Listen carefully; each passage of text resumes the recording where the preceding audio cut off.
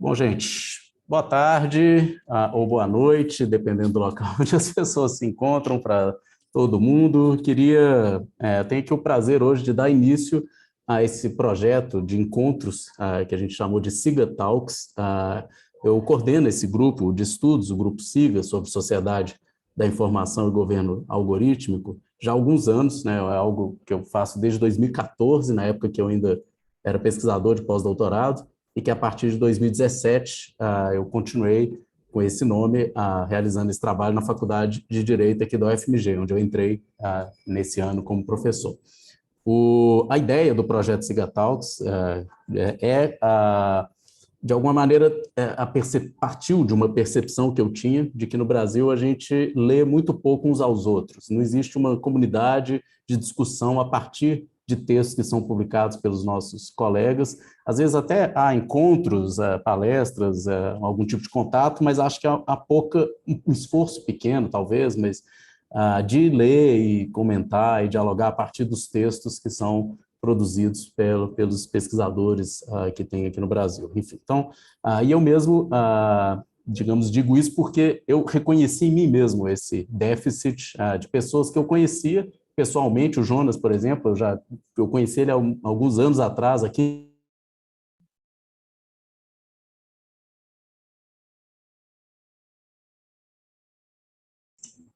Acho que travou, né? Travou. Travou. Acho que ele caiu. Vou mandar uma mensagem até para ele.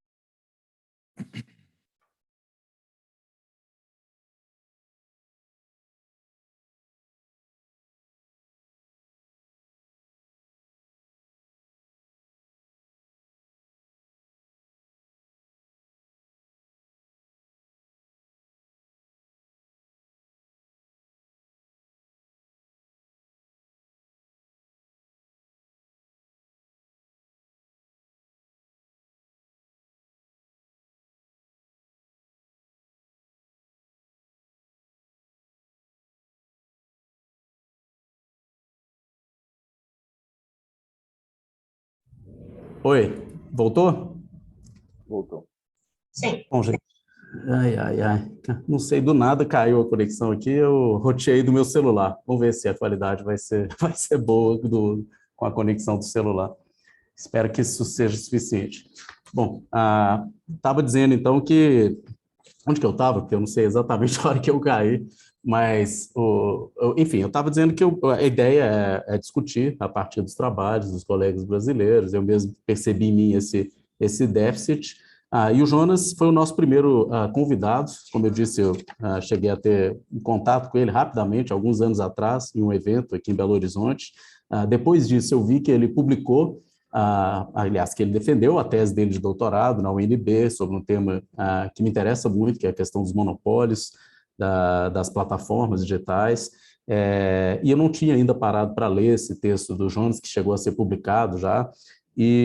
Enfim, portanto, eu vejo nessa nossa ideia aqui uma possibilidade justamente de parar para ler, conversar com as pessoas, ter essa oportunidade de ter esse diálogo. O Jonas gentilmente aceitou o nosso convite, ele que, no momento, você está na Inglaterra, não está? Nesse momento, você ainda se encontra na Inglaterra, está realizando uma pesquisa, né, de pós-doutorado em Oxford. Então, uma alegria muito grande te receber aqui e poder conversar com você sobre esses temas, sobre o seu trabalho. Vou explicar um pouco como funcionou o grupo. Na semana passada, nós discutimos entre nós aqui na faculdade várias passagens, tanto da sua tese, como também artigos, especificamente um artigo sobre a regulação da desinformação e das fake news que você publicou recentemente. Nós discutimos da seguinte maneira: eu dividi o grupo, cada pessoa, diferentes pessoas ficaram responsáveis por diferentes capítulos da sua tese ou pelo artigo, e fizeram uma espécie de relato, trouxeram para o grupo as principais questões que estavam ali. A gente conversou a respeito do seu trabalho, dos pontos que chamaram mais a atenção e tal, e essas pessoas estão aqui hoje, né, esses participantes do grupo, e vão diretamente endereçar a você algumas dessas questões que nos interessaram, para a gente poder conversar sobre elas. Então, a minha função aqui hoje, eu também vou colocar questões, mas eu vou funcionar mais como um mediador dessa conversa, passando a palavra para o pessoal do grupo, para que eles mesmos conversem diretamente com você, a gente faça uma dinâmica aqui. A ideia é que seja uma conversa aberta, para que as pessoas fiquem à vontade para colocar suas questões e tal. Não só quem é do grupo, quem participou desse encontro na semana passada, mas também as outras pessoas que têm interesse e que entraram aqui para acompanhar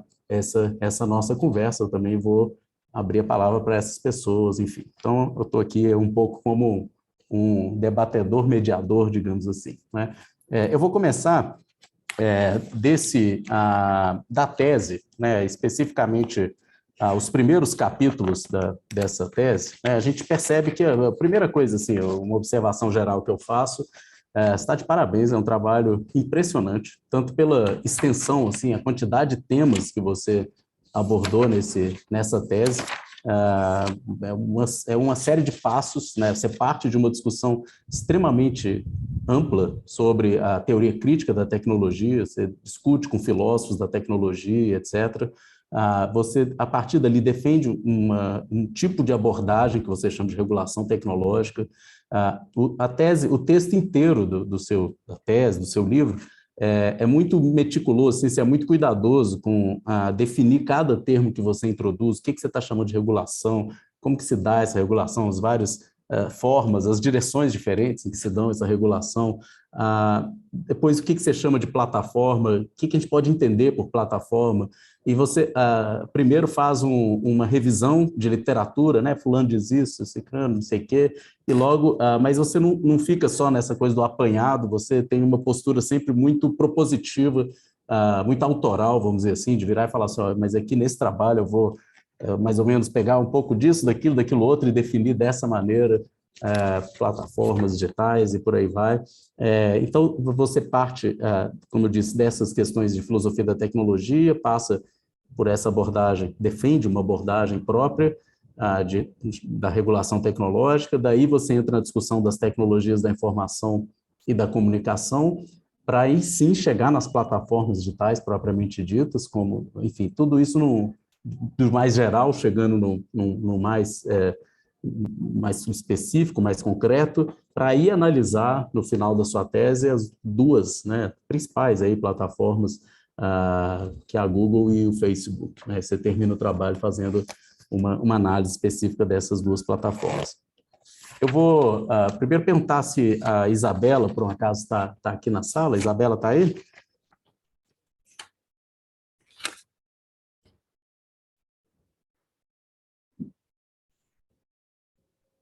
Oi? Não, ela não está aqui agora. Bom, então eu vou começar colocando passando, aliás, antes da gente iniciar a parte das questões, eu vou pedir para o Jonas, né, eu disse isso para ele, fazer uma breve apresentação de uns 15, 20 minutos, para você falar para a gente um pouco mais sobre essa pesquisa e sobre as pesquisas que você vem desenvolvendo no momento também, aí em Oxford. Estou curioso para saber para onde você foi depois dessa tese, que ela é de 2019, né? Então já se passaram alguns anos, o que está te interessando nesse momento?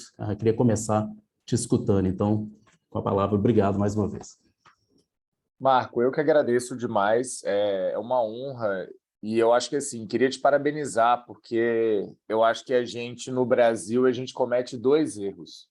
Primeiro que a gente não dá conta, muitas vezes, de monitorar muita coisa internacional que sai, né?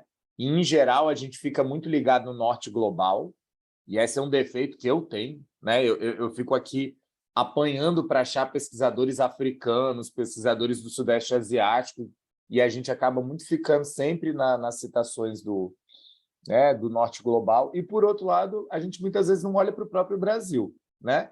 Então é isso, você vai ver um monte de gente citando o SMISEC, mas não está olhando quem são as pessoas brasileiras que estão debatendo plataforma. Isso vale para todos os temas, né? Eu também pesquiso desinformação, que é um dos textos que você colocou, e eu fiz um relatório recentemente para uma pesquisa sobre desinformação no Sul Global, e eu fiz uma revisão de literatura da América Latina.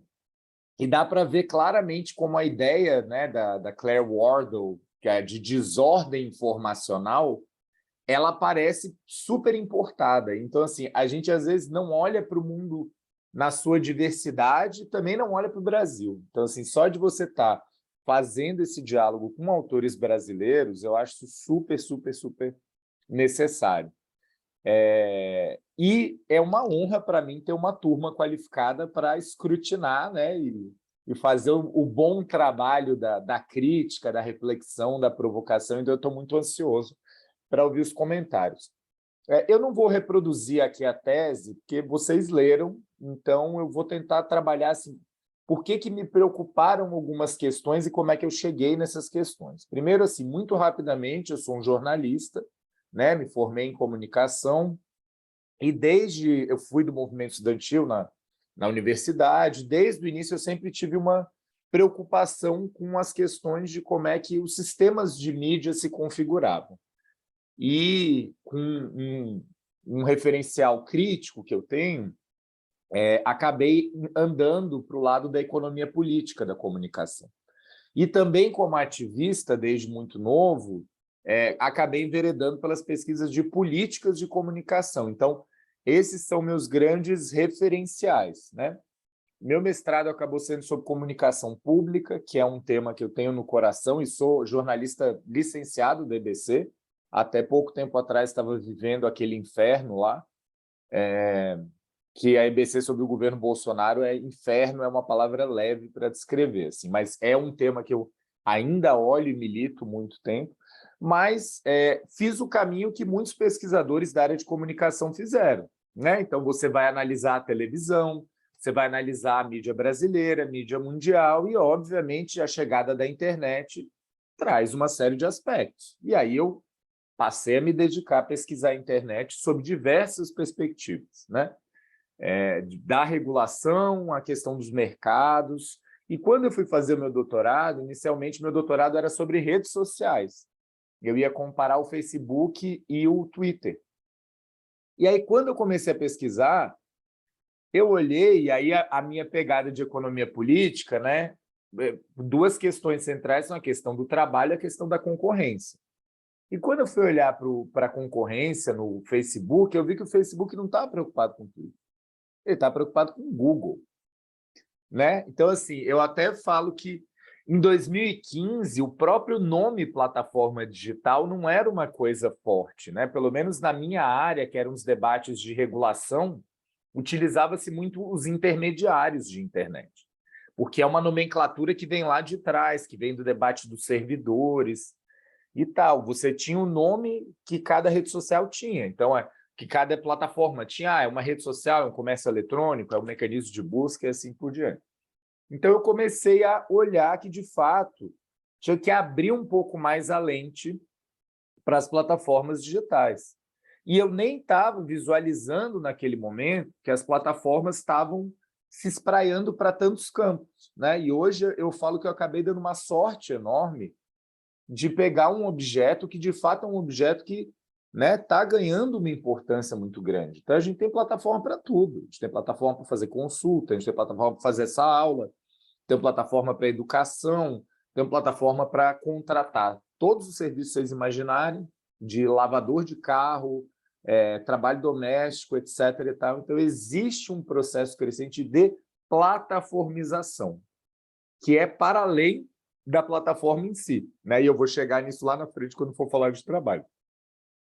Então, o que motivou essa tese foi, em primeiro lugar, o reconhecimento das plataformas como um objeto que era super importante e que são os agentes de ponta de lança da internet hoje. O que não significa, obviamente, que a internet se resuma às plataformas, de forma alguma, né? A gente tem que olhar para a internet como um todo, mas acho que as plataformas hoje têm ganhado uma centralidade. Uma segunda questão que me motivou, e para quem leu os 2 primeiros capítulos, é que eu decidi ir para a sociologia, né? Na comunicação, a gente tem um pouco dessa síndrome meio de área fraca, né? E aí eu falei, porra, estou a fim de ir para uma outra área mais central das ciências humanas para aprender. Queria aprender, porque eu não tinha background de clássico, né? Eu queria ir lá para estudar, e aí dei sorte que na sociologia na UNB, eu sou de Brasília, tinha uma linha de ciência e tecnologia. Falei, pô, bacana, então dá para eu tentar estudar isso aqui nessa linha de ciência e tecnologia. E isso foi super interessante porque me colocou em contato com essa discussão da sociologia da tecnologia. O que, para mim, sempre foi uma questão chave, né? Ou seja, como que a gente acaba normalizando a tecnologia, né? E, inclusive, muitos autores, tanto que pessoas críticas como autores críticos, que muitas vezes caem na armadilha de olhar para a tecnologia como uma coisa neutra, né? De que o problema da tecnologia é o uso. Então, assim, não sei se eu estou falando coisa que vocês já debateram trocentas milhões de vezes, se eu estou, mil desculpas. Mas, para mim, essa é uma questão chave, né? Como é que a gente desnaturaliza isso? Como é que a gente estranha? Tem um autor, inclusive, que eu esqueci o nome. Uma vez eu vi um livro numa livraria na Espanha, que era As Tecnologias Estranháveis. E eu demorei para entender, acabou que eu nunca usei, nunca mais achei esse livro. Mas eu falei, é isso, né? Se a gente entende a ideia da alienação do Marx, né? A gente tem que estranhar por que uma tecnologia é de um jeito e não é de outro. E aí eu fiz um caminho, que é o caminho que está um pouco na tese, né? Que foi um caminho de descobrir, em primeiro lugar, esse campo da construção social da tecnologia. E aí tem esses dois autores super clássicos, o Birker e o Pint, que tem um livro clássico, o Livro Amarelo, que eles estudam, né, o design das bicicletas. Super vale a pena conhecer, é um artigo pequeno e bastante seminal do campo, né? Mas eu, com a minha, assim, meu lado marxista, ele olhava para isso e falava assim, mas isso aqui não explica a estrutura, né? Então eu tenho que olhar como é que a estrutura entra na história. E não é qualquer estrutura, é uma estrutura localizada no tempo, nas relações sociais e nas relações sociais de produção.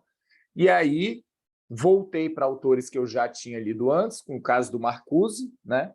Embora eu acho que o Marcuse ele vai um pouquinho demais quando ele fala de racionalidade tecnológica, aí eu paro, não acho que a gente pode falar de uma racionalidade tecnológica, embora eu ache que a gente precisa entender a racionalidade capitalista a partir da ideologia do progresso, e dentro da ideologia do progresso, a tecnologia tem um papel, né? Do progresso como uma superioridade material, e uma superioridade material que justifica um processo de dominação, de violência, de colonização, etc, etc e tal. Então, acho que sim, tem um papel importante de olhar a tecnologia nesse sentido. O Marcuse, ele é uma das pessoas que vai virar e falar, olha, o problema não é só o uso, o problema é o conteúdo da tecnologia, né? E se, por um lado, o Birker e o Pint estão ali falando de que eu tenho que olhar os grupos de interesse, então isso é uma coisa assim, não tem sociedade de classe, são grupos de interesse amorfos. Quando a gente pega o Marcuse e depois a turma que vem na teoria crítica da tecnologia, eles vão dar, para mim, o que era a questão-chave, né, que é localizar que a tecnologia é o resultado de disputas de poder e disputas de poder no capitalismo. O doutorado, a dor e a delícia da gente fazer doutorado é que a gente acaba se sentindo compelido a oferecer alguma coisa nova, né? Às vezes a gente se passa, muitas vezes a gente se passa. Eu espero não ter me passado na minha tese. Mas, para mim, fez muito sentido, porque eu olhava para esses autores, inclusive o Finberg, que é um cara que eu gosto muito, muito, muito, e falava, porra, o cara está explicando muito bem aqui, mas falta um pouquinho, né? Tipo, como é que a gente olha esse movimento dialético que vem da sociedade para a tecnologia e da tecnologia para a sociedade? E aí entrou, o meu doutorado de sanduíche foi em Lisboa, com o professor Francisco Louçã, que é um professor que eu admiro assim incrivelmente, e ele é um cara da turma dos economistas evolucionistas, que é uma galera que olha assim, desenvolvimento do capitalismo, mas olha para a tecnologia também. Então, são os evolucionistas que trazem a ideia de paradigma tecnológico, de trajetória tecnológica. E eu não estava fazendo, eu não ia explicar o capitalismo, eu queria explicar plataformas específicas. Então, eu precisava de categorias de análise que fossem categorias de análise no campo da tecnologia. E aí, dos evolucionistas, eu trouxe isso. E aí, essa ideia de trajetória, né, e a ideia histórica colocou para mim de que a gente tem que olhar a tecnologia de uma forma processual. Então, daí, essa junção de reflexões e viagens da minha cabeça acabou resultando nesse modelo que eu chamo, né, de regulação tecnológica que olha como que os vetores vêm da sociedade, os vetores vêm do desenvolvimento tecnológico e como é que, ao mesmo tempo, essas plataformas influenciam a sociedade. E, óbvio, partindo também do referencial da economia política, trazer uma dimensão normativa, né? Porque eu não acredito numa pesquisa que simplesmente descreva as coisas. Eu acho que a gente tem um papel normativo. Então, essa é uma primeira base.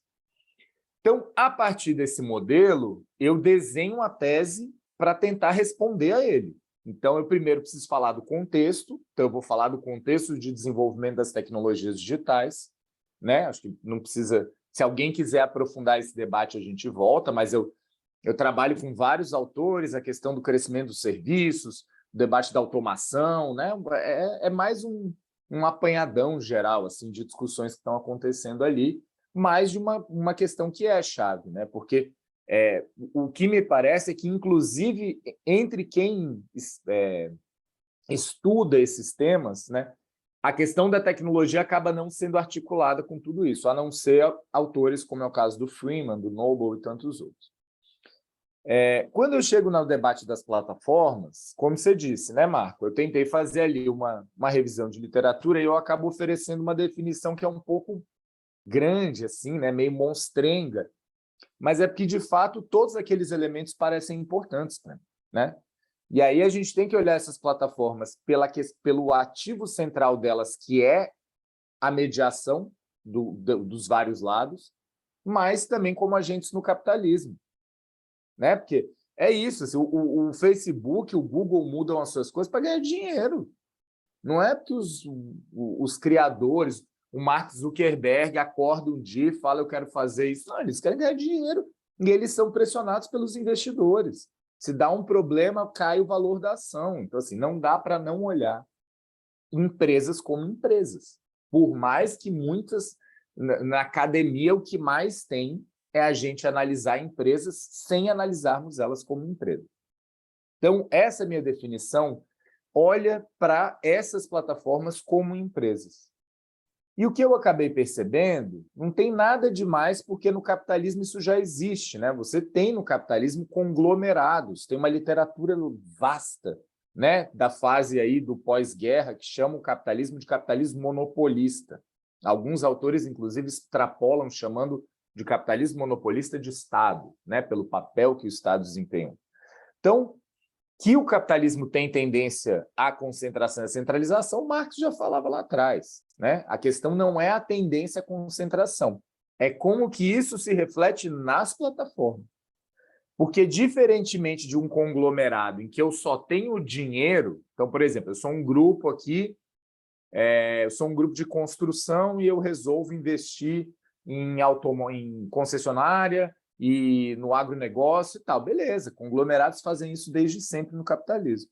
Mas no caso das plataformas, você tem o fato de que elas se beneficiam do efeito de rede, de que elas se beneficiam da coleta de dados, e que pelo fato delas desenvolverem serviços informacionais, a facilidade para elas se espraiarem para outros setores é muito grande. Né? Um exemplo é o Tinder do Facebook, lá, mas pode ser o pagamento do WhatsApp. Todas as plataformas por onde a gente olhar vão ter isso. E eu cito na tese o caso da X, né, que é uma subsidiária do Google, que ela não tem objetivo, ela não tem tema. Por quê? Porque essas plataformas coletam tanto dado sobre a demanda das pessoas, sobre qualquer coisa, que elas podem se dar ao luxo de falar: eu vou desenvolver soluções tecnológicas a partir do que os meus dados estão me mostrando, né? E aí, esse fenômeno eu dou o nome de monopólios digitais. Talvez não seja o menor nome, né? Eu acho que ele é um nome muito criticável, porque o termo monopólios é um termo utilizado na economia para a estrutura de mercado. Mas que eu já aviso, né, que eu tenho plena consciência disso, mas que mesmo assim eu acho que teve um lado ativista assim, que veio aqui por trás e falou: é um termo que não é só para academia, é para a luta política também. Então, ele tem limitações claras, mas ele tem esse papel, porque eu particularmente acho um horror como a gente no Brasil incorporou o termo Big Tech. Né? Tipo, Big Tech, para mim, é qualquer coisa, né? Eu acho que a gente está... Muitas vezes nós estamos falando de grandes empresas de tecnologia, mas acho que é uma categoria muito ruim, né? E, inclusive, na academia, ver gente usando Big Tech. Então, para terminar, né, eu acabo fazendo esse estudo de caso do Google e do Facebook com um monte de categorias, como vocês viram. Então, desde a parte de estrutura, de controle, de quais são os grupos de interesse, emulando o Birker e o Pint, e fazendo uma análise dos recursos técnicos, né? Ou seja, esse é o núcleo da minha análise, mas não é a única coisa. Mas a minha preocupação é como é que eu consigo olhar que esse conjunto de recursos técnicos de cada uma dessas empresas, né? Porque são várias plataformas de uma empresa, acabam refletindo as demandas geral do capitalismo, a história das próprias plataformas e as opções do que elas fizeram.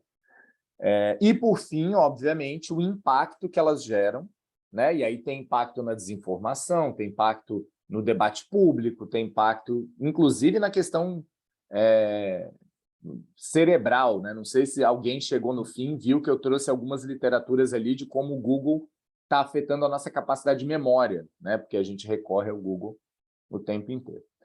Então, eu debato ali, trago algumas coisas, a questão da espiral, né? A espiral da vigilância comercializada e tal, mas o central é indicar esse movimento das plataformas, que não é só do Google e do Facebook, é da Amazon, é da Microsoft, é de todas elas, e que, inclusive, depois que eu defendo, o Facebook se transforma em Meta, né? Que é o movimento, que não tem... É isso, assim, ele não fez nada demais, ele só imitou o Google, que o Google foi fazendo isso, o Google foi crescendo, crescendo, crescendo, ele falou, eu preciso de uma holding aqui. Aí criou a Alphabet. O Facebook também foi fazendo isso, foi crescendo, crescendo, crescendo, falou, eu não sou mais só Facebook, eu sou uma coisa a mais, então deixa eu dar um nome para isso e já tentar rolar um se colar colou aí com o metaverso, né? Que é a junção do Facebook App com todo o investimento que o Facebook fez na realidade virtual. Então, acho que eu termino por aqui, né, Marco? Para a gente entrar no debate, depois eu posso falar mais sobre as pesquisas do futuro, como é que você prefere? Pode ser. Obrigado, Jonas. Eu vou fazer o seguinte, então, eu tenho já algumas questões assim, mais gerais, e eu vou pedir para o pessoal do grupo que quiser se manifestar, para ir levantando a mãozinha e eu vou passando as palavras, em vez de eu chamar as pessoas, igual aquele professor que faz uma prova, assim, né? Você, fulano. Então, eu vou deixar vocês ficarem à vontade, vocês levantem suas mãos e façam as questões no tempo que quiserem. E se puderem ligar a câmera, sobretudo na hora de fazer questão, o tempo inteiro, mas sobretudo na hora de formular a questão, de conversar, é melhor para ficar uma interação um pouco mais viva, não é? Bom, eu vou, já tem duas mãos levantadas, antes de eu passar a palavra para elas, vou fazer só um comentário e uma pergunta. Em parte, o Jonas até falou disso aqui agora, porque eu percebi o seguinte, que a sua tese foi defendida em 2019, e é impressionante como que você considera nela eventos que aconteceram em 2019, em 2018, que estavam acabando de acontecer, e você já incorpora essas mudanças, aquilo que estava acontecendo na tese, não é? Portanto, eu imagino, e agora te ouvindo ficou mais claro, né, que você entrou com um projeto, vamos dizer assim, e à medida que você foi escrevendo a tese, aquilo foi mudando porque a dinâmica das plataformas estava mudando e continuaram mudando, né? Então, a pergunta que eu ia te fazer, e em parte, justamente, você já respondeu ao dar o exemplo da Meta, né, que é justamente parte desse processo que você descreve aqui, então, num certo sentido, plenamente compatível com a análise que você fez, não é? Mas como você avalia essa análise que você fez de 2019 com o que está acontecendo com as plataformas hoje, né? Em que, se você fosse incorporar alguma coisa, mudar, onde você acha que algo mais significativo se transformou nesses últimos aí 5 anos, né? 4, 5 anos, né? Eu queria te ouvir um pouco, ou 3, né? 4 anos. O que você vê assim de perspectiva para essas plataformas hoje? Eu continuo vendo, não sei se é apego, tomara que não seja, mas assim, eu continuo vendo as plataformas indo nesse caminho, né? Num caminho de ampliar, espraiar, gerar novos negócios, né? Uma coisa que na tese aparece pouquinho, mas para mim, por exemplo, a pandemia foi um exemplo disso. O Facebook e o Google, porque a Microsoft já estava com a Azure, com as soluções corporativas dela, ela entrou bombando com Teams, não sei o quê, e o Facebook e o Google tentaram ir atrás, né? Oferecendo solução para a educação. Então, assim, a impressão que eu tenho é que o processo de plataformização, que é uma coisa que eu falo pouco na tese, né? Apesar de eu estar indo para o geral, para o específico, faltou essa parte intermediária que não é analisar a plataforma em si, mas o uso dessas plataformas. Eu falo isso quando eu estou analisando mais especificamente a questão das plataformas dos serviços corporativos, né? Facebook Workplace, da suite do Google, Google Drive, essas coisas e tal. Mas acho que tem um processo de plataformização gigante aí, né? Que está acontecendo. Acho que a tese, apesar de apontar a questão dos algoritmos, da inteligência artificial como tecnologias emergentes, então ela se dedica um pouco a isso, acho que se eu fizesse hoje, eu daria muito mais atenção para isso, né? Acho que é um ponto muito chave. Aquelas categoriazinhas que eu usei lá, emprestando do Freeman e do Louçã, eu ainda acho que são aquilo, né? Eu acho que a infraestrutura é a conexão à internet, o principal produto é o computador, é o dispositivo, e o produto nuclear é o chip, né? Mas óbvio que a gente pode olhar para isso também, para o software, para outras coisas ali, mas eu acho que todos aqueles elementos que eu tentei trabalhar de alguma maneira, eles continuam importantes. O que eu acho que tem mais... Na verdade, assim, eu não sei, eu queria te ouvir, Marco, o que você acha que faltou ali? Por exemplo, da tese para cá tem a pandemia, né? A experiência da pandemia, ela é posterior. E talvez, assim, esse fenômeno que você descreve, eu concordo com você, é o mesmo fenômeno, só que, por exemplo, um dos territórios onde a plataformização, primeiro o termo plataformização se consolidou, vamos dizer assim, como um vocabulário cada vez mais corrente, e em domínios que você já aponta, mas que não eram centrais naquela época, mas que se tornaram mais importantes. Por exemplo, a plataformização da educação, né, e vários outros campos, mas, enfim, eu concordo com você, é o mesmo processo, só que houve um impulsionamento, uma aceleração disso em alguns setores em função da pandemia. A questão do comércio, né, de varejo, né, também, acho que há os setores em que houve um avanço mais significativo de 2019 para cá. Mas acho que as linhas são aquelas, eu concordo. Bom, eu vou passar a palavra para a Jéssica, então, que já está com a mão levantada, por favor. Boa tarde, professor Marco. Boa tarde, professor Jonas. Boa tarde, vou fazer das minhas palavras as palavras do professor Marco, que falou sobre o seu trabalho. Eu li o seu capítulo mais especificamente a respeito das plataformas digitais, apresentado no encontro passado.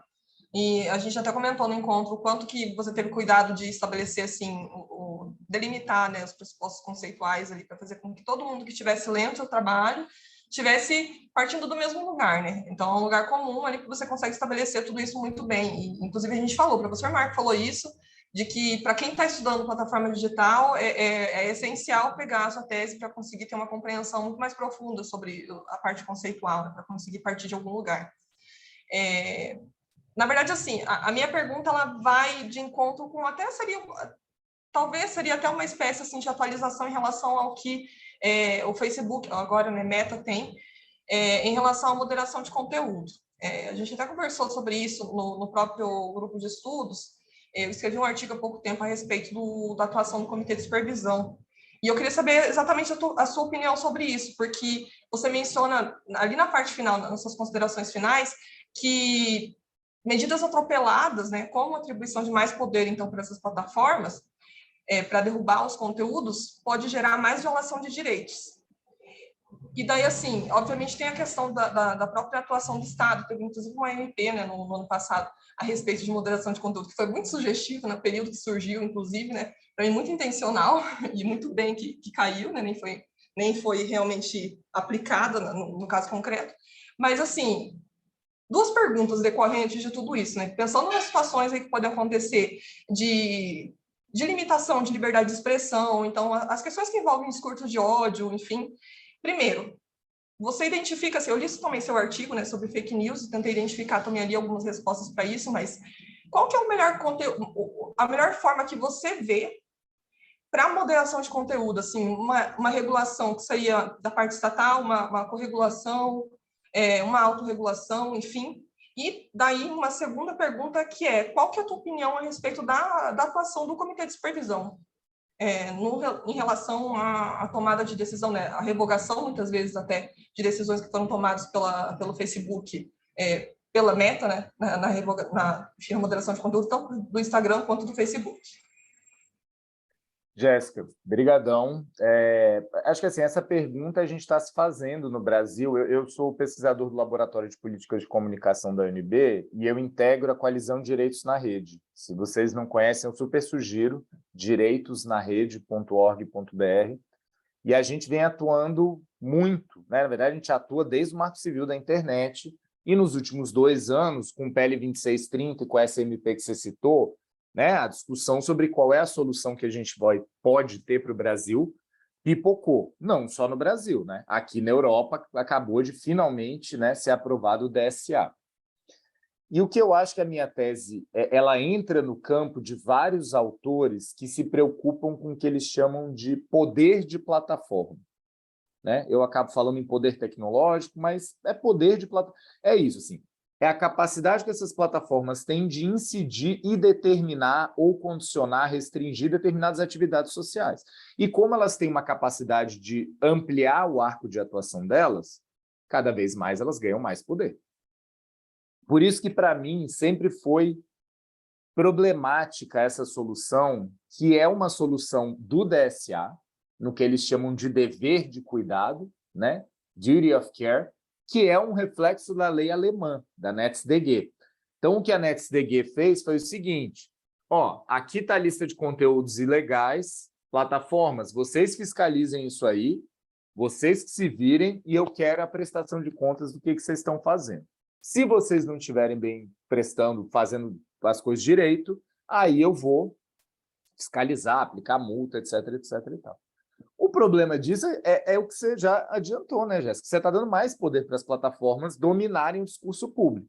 Então, eu acho isso um problema grave. O que eu defendo é o que eu venho chamando de regulação pública democrática, que não tem nada de novo, né? A gente que vem da área da comunicação e da regulação do discurso, a gente já debatia isso. Ou seja, como é que você estabelece uma regulação que não deixa o poder todo na emissora de TV, ou na rádio, mas também não cria um Ministério da Verdade. Porque senão, imagina o Bolsonaro e o governo Bolsonaro poderem dizer o que cada um pode falar, que é o que eles tentaram com a MP, que a gente barrou, vários setores da sociedade.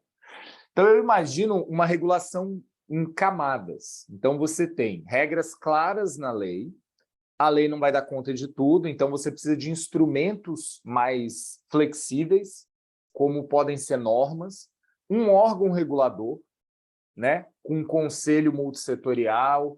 Por mais que eu não acredite na tecnocracia, se você tem uma tecnocracia muito fiscalizada, é um pouco menos pior do que você ter uma equipe de um ministério, na minha opinião, né? E, obviamente, que as plataformas cumprindo isso e sendo fiscalizadas duramente. Não, e aí você tem que estabelecer o que as plataformas podem tirar de, por exemplo, vídeo de pedofilia. Né? Não tem problema se autorizar as plataformas a derrubarem de cara. Então, tem certas coisas que não geram tanto questionamento em que eu acho que as plataformas podem derrubar. Só que isso não é estático. Você não vai definir isso na Constituição nem numa lei. Por isso que você precisa de uma estrutura regulatória ágil e que atualize isso. E a gente já tem isso. Né? Se a gente olhar para a estrutura estatal brasileira, por mais que os modelos de agência sejam uma desgraça, mas nós temos figuras jurídicas em que você tem um escalonamento de poderes e de incidência de normas, que vem da Constituição até, sei lá, uma portaria qualquer. Então, dá para fazer com o que a gente tem na legislação brasileira. Vocês são do direito, posso dizer assim, me corrijam, mas a minha impressão como uma pessoa que pesquisa políticas, mas não é um especialista no direito, é que nós temos os instrumentos para fazer. E só vai funcionar quando a gente tiver trocentos freios e contrapesos. né? Não vai funcionar só com as plataformas resolvendo, muito menos só com o governo resolvendo. Então, essa é a visão que eu tenho, é o que eu tenho defendido aqui. Inclusive, teve um seminário sobre regulação de plataformas do CGI, que quem quiser entrar por esse caminho, eu tive numa das mesas, eu super sugiro que dê uma olhada lá nos debates, porque foram muito bons. Assim, tem muito... Acho que o estado da arte da discussão está ali. Bom, obrigado, Jéssica. Ótima questão. E também, Jonas, muito interessante sua resposta. Vou passar a palavra para a Anne, mas antes disso eu vou só fazer um comentário. A conclusão da sua tese, lá no finalzinho, né, nas últimas linhas, você termina dizendo, assim, eu vou te citar, você diz assim, que esse cenário coloca uma série de desafios. O cenário que você descreveu, das plataformas, como funciona esse modelo de negócio, etc, etc. Aí você diz que coloca uma série de desafios, e a principal delas se dá no plano da regulação jurídica, abrangendo tanto legislações quanto redes administrativas. Isso está lá na conclusão da sua tese. E aí, lendo isso, eu fiquei pensando, bom, em grande medida, a sua tese, ela funciona, e por isso que eu acho importantíssimo que o pessoal que trabalha na área do direito, enfim, ou que está mexendo com políticas nessa área, etc., leia, né, conheça esse tipo de reflexão, o seu trabalho faz, porque é o que prepara o terreno, vamos dizer assim, para a gente poder enfrentar esse desafio, que é o desafio da regulação ou do tratamento jurídico que a gente vai dar para o enfrentamento do problema.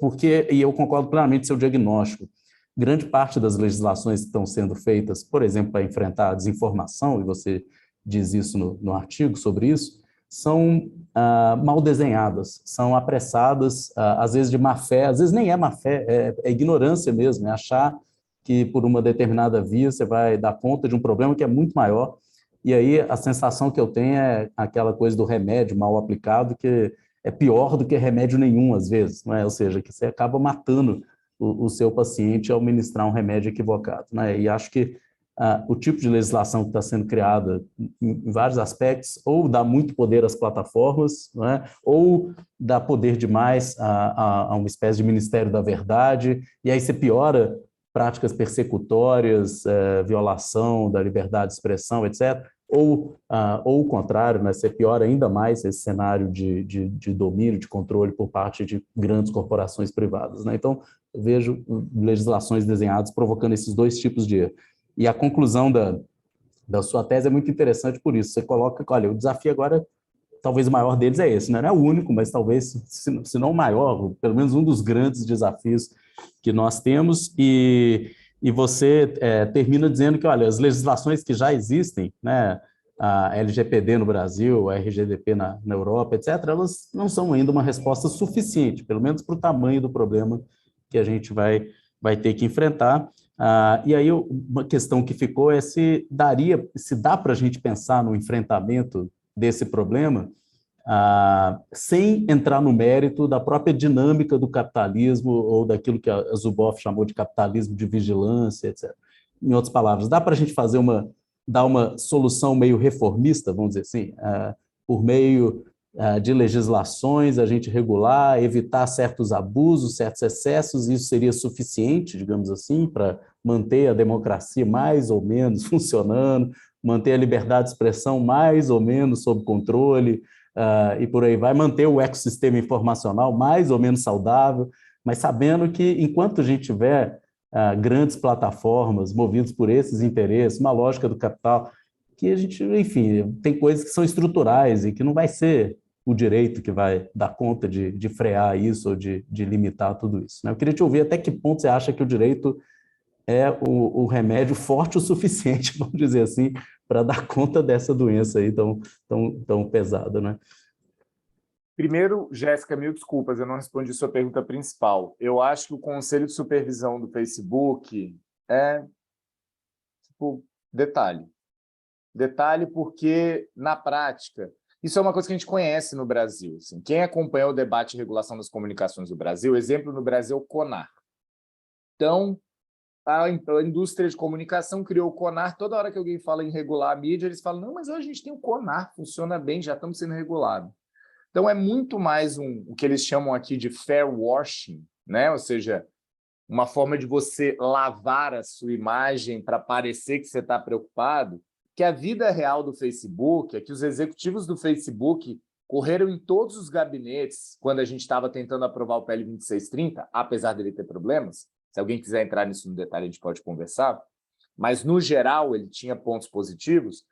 Os executivos do Facebook não só entraram defendendo seus interesses, que eu até acho que faz parte da vida. Eles entraram dizendo que o Facebook ia sair do Brasil. Esse é o nível, é mentindo. Então, assim, a gente pega os Uber Papers, Facebook Papers, não tem inocente, não tem ingênuo. Não é porque o Mark Zuckerberg tem aquela cara de bebê ainda. Assim, não nos enganemos, gente. É assim. E não é demonizar essas corporações, não é pré-conceito, é pós-conceito. As coisas estão aparecendo, estão ficando evidentes. Então, assim, eu acho que pode ter, tipo assim, eu não seria contra, legal que tem, mas não vai resolver nada, porque eles vão reverter 2 casos dentro de milhões de casos que o Facebook está prejudicando a democracia. Né? O YouTube ganha dinheiro com vídeo falso e a pandemia mostrou que não é só uma questão política. Não é só um problema de mas a esquerda que sofre. Não, é um problema de saúde. As pessoas morreram porque não tomaram vacina, porque fizeram tratamentos equivocados. Então, sim, a pandemia escancarou esse negócio.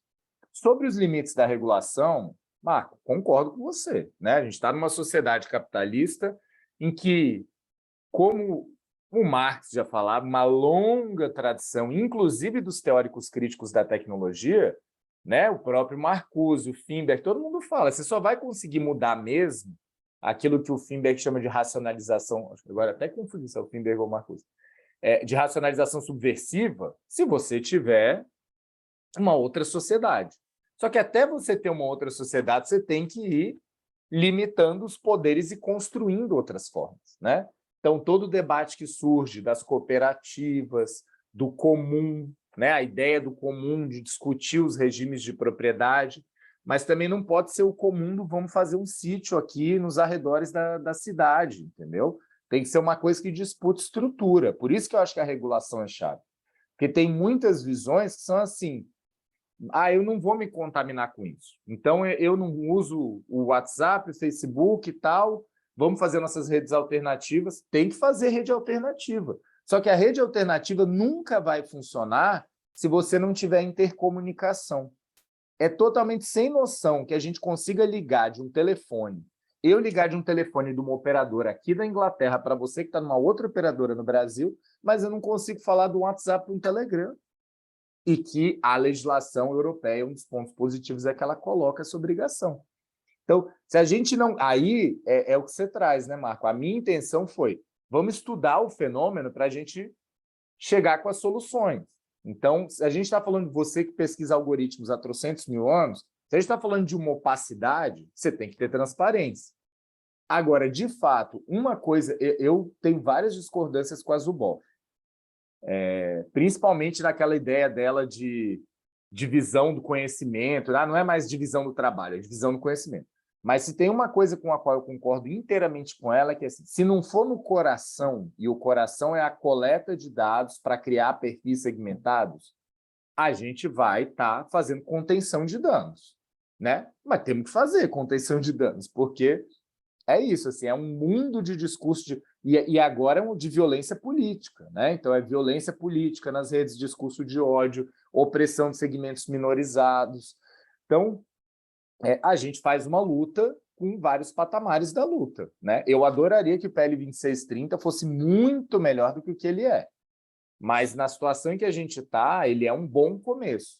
Mas, de fato, a gente precisaria ter no Brasil uma perspectiva meio que nem os europeus, assim, né? Não querendo ser meio colonizado, mas a perspectiva do vamos fazer um pacote direito aqui, né? Vamos analisar o problema e fazer uma legislação completa para o negócio, mas mesmo assim não vai resolver porque eles vão driblar, não vai resolver porque a gente está vendo isso com a NPD agora, né? Ou seja, quando a gente estava discutindo regulação da proteção de dados, uma das grandes discussões, não só dos algoritmos, mas dos sistemas automatizados como um todo, é como é que eu identifico? Vamos fazer uma auditoria. A lei está lá, prevendo a auditoria, só que a auditoria nunca é feita. né? E enquanto a gente não faz auditoria, o machine learning já está num outro patamar. Então, assim, a gente vai, infelizmente, sempre ficar correndo atrás da história e a gente precisa tentar construir correlação de forças para uma mudança mais estrutural.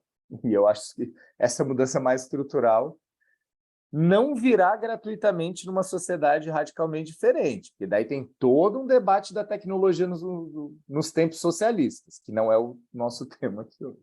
Mas vamos deixar a Anne falar que ela está com a mão levantada faz 40 minutos. Ainda bem que a mão é só um desenho, não a mão de fato levantada esse tempo todo. Ô, Anne, pode falar então, por favor. Aliás, só apresentar para o Jonas, a Jéssica é doutoranda aqui no nosso programa de pós-graduação, ela é lá de Foz do Iguaçu, e a Anne é daqui de próximo de Belo Horizonte, Santa Luzia, e é me orientando do mestrado aqui no programa. Jéssica, manda o seu artigo para mim depois, fiquei curioso. Vamos lá, Anne. Obrigada, é um prazer conhecê-lo, Jonas. Eu queria muito fazer uma pergunta sobre um caso assim, bem emblemático que me veio à cabeça quando nós estávamos discutindo o trabalho, que foi uma notícia do STF, que ela repercutiu bastante na época, já tem uns 8 anos que isso aconteceu. E o que me chocou foi justamente que tem 8 anos, ou seja, não era um momento em que as plataformas estavam assim tão enraizadas no comportamento cotidiano, mas foi um caso da Xuxa Meneghel, que ela participou de uma novela, eu acho, de um comercial, em que ela contracenou com uma criança. E aí tiveram algumas cenas, né, um pouco obscenas ali, e aí repercutiu muito essa questão assim, da Xuxa ser pedófila, né?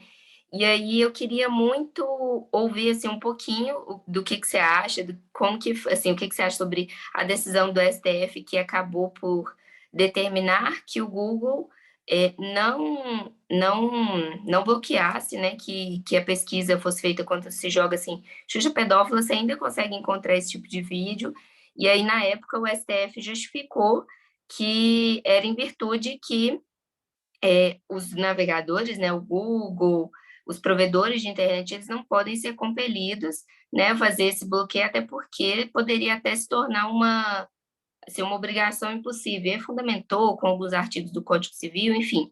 Mas, assim, o que eu acho que o ponto aqui que eu queria muito ouvir, assim, de você, o que você acha, seria sobre essa questão da determinação de não ser obrigatória essa retirada, com base em uma obrigação impossível, e, assim, o grande poder desses monopólios, dessas plataformas. Olha, esse é um debate gigante, né? Do chamado direito ao esquecimento. Inclusive, eu sugiro a tese de um advogado, que é o Luiz Fernando Moncal, que é sobre isso, que é uma puta tese. Eu abordo isso rapidamente, mas não entrei em profundidade, né? Eu acho que o direito ao esquecimento é caso a caso. Eu não acho que ele é um direito a priori, sabe? Tem que ser observado caso a caso.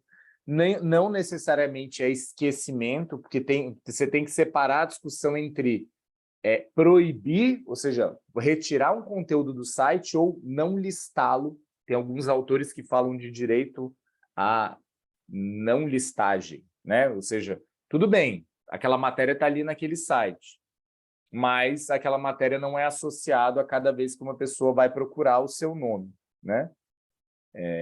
Eu acho que a gente tem que pensar essas coisas, porque, de fato, os mecanismos de busca se tornaram uma porta de entrada tão importante para a gente conhecer a sociedade que eu acho que faz sentido pensar como um direito, né, de personalidade ou dignidade, eu não sei a minha limitação de não ser do direito, de que eu possa restringir de alguma maneira o conhecimento, né, ou que pelo menos venha com uma espécie de um direito de resposta, né, ou alguma coisa assim.